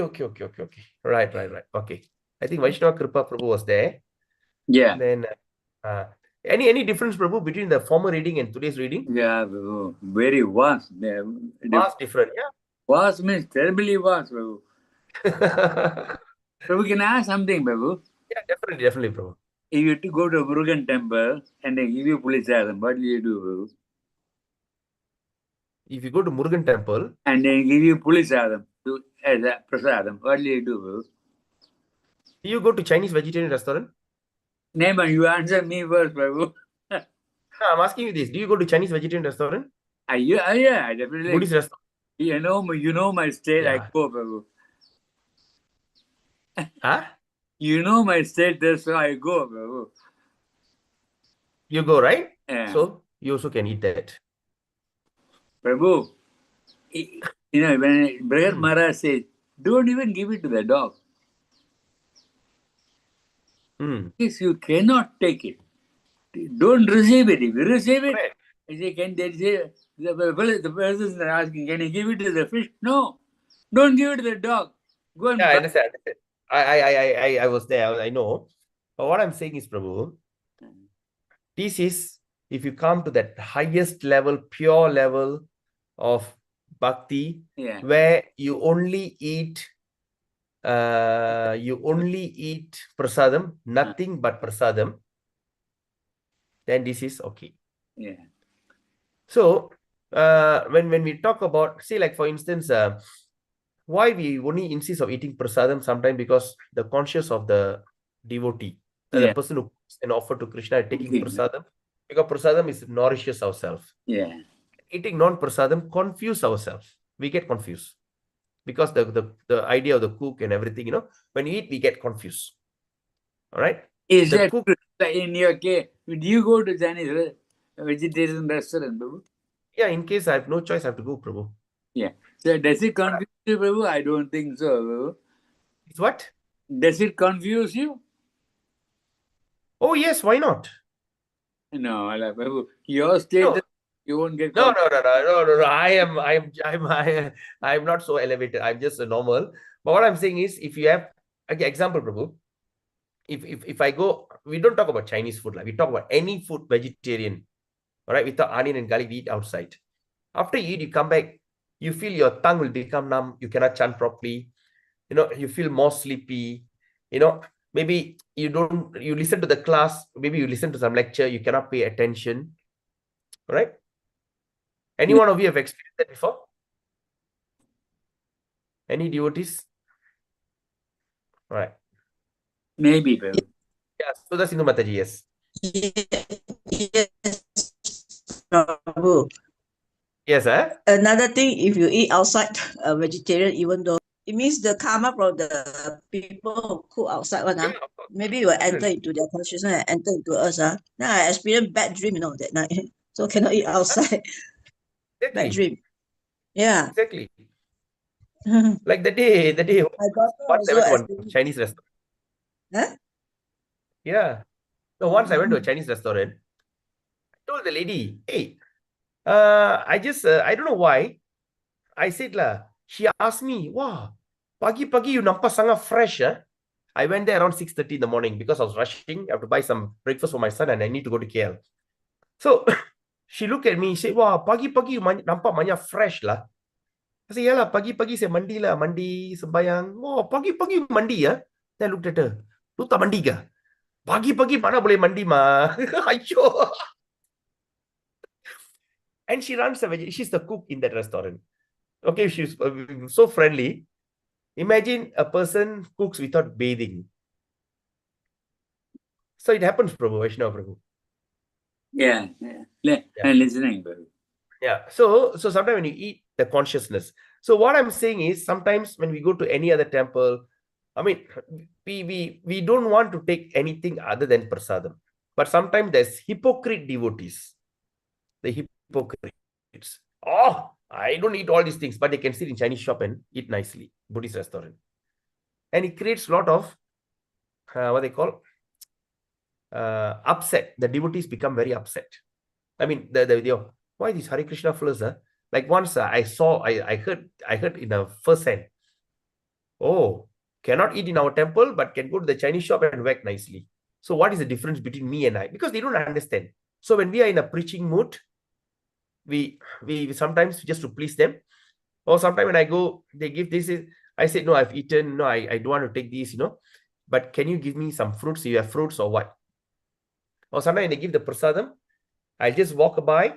And I'll be just sitting there and I'll be chanting, or sometimes, it goes to some festival like Taipusam or what. They give the prasadam, I'll be holding in my hand. By the time they finish, I know it's already finished. And I see somebody's walking towards it, want to ask for, I just wake up. Are you looking for prasadam? I got extra, I give it to you. I just give away to others. Right? Just give away to others. And of course, they will think, oh, these Hare Krishna people giving prasadam or what? No, I said, I've got extra from there and I'm giving it to you. Just take it. So we can be very amicable. We don't need to be very fanatical. Okay, Prabhu? Okay. But to propagate this idea is, I don't eat in this place. I make sure I don't eat that place also. Okay. Yeah. Yeah. Nice question, Prabhu. Thank you. Rajendran Prabhu, saw you unmuting. Prabhu, Yes. Vanakkam Prabhu, Hare Krishna Prabhu. Hare Krishna. I'm going back reverse a bit. Prabhu, please can you explain one more time? Here when you mentioned about since Krishna is always beyond material change, all these elements are eternal parts of the inseparable principle. Just now Prabhu mentioned about the Vainavas and semi-Vainavas. Vaishnava, Relating to okay. this material change, can you repeat once more?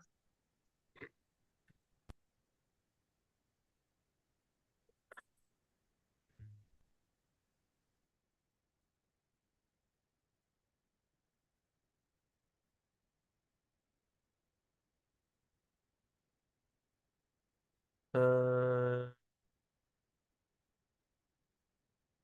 right. Here. Okay. So what do you want to know, Prabhu? The differentiate, how to differentiate, or what determines the Vainavas from the semi-Vainavas? Semi, okay. So the means here talking about is beyond the material tinge. All right. So, okay, now let's see. Now the characteristic perceive one who can realize the form. Name is accepted as Vaishnava Dharma through chanting. Okay, now it's here.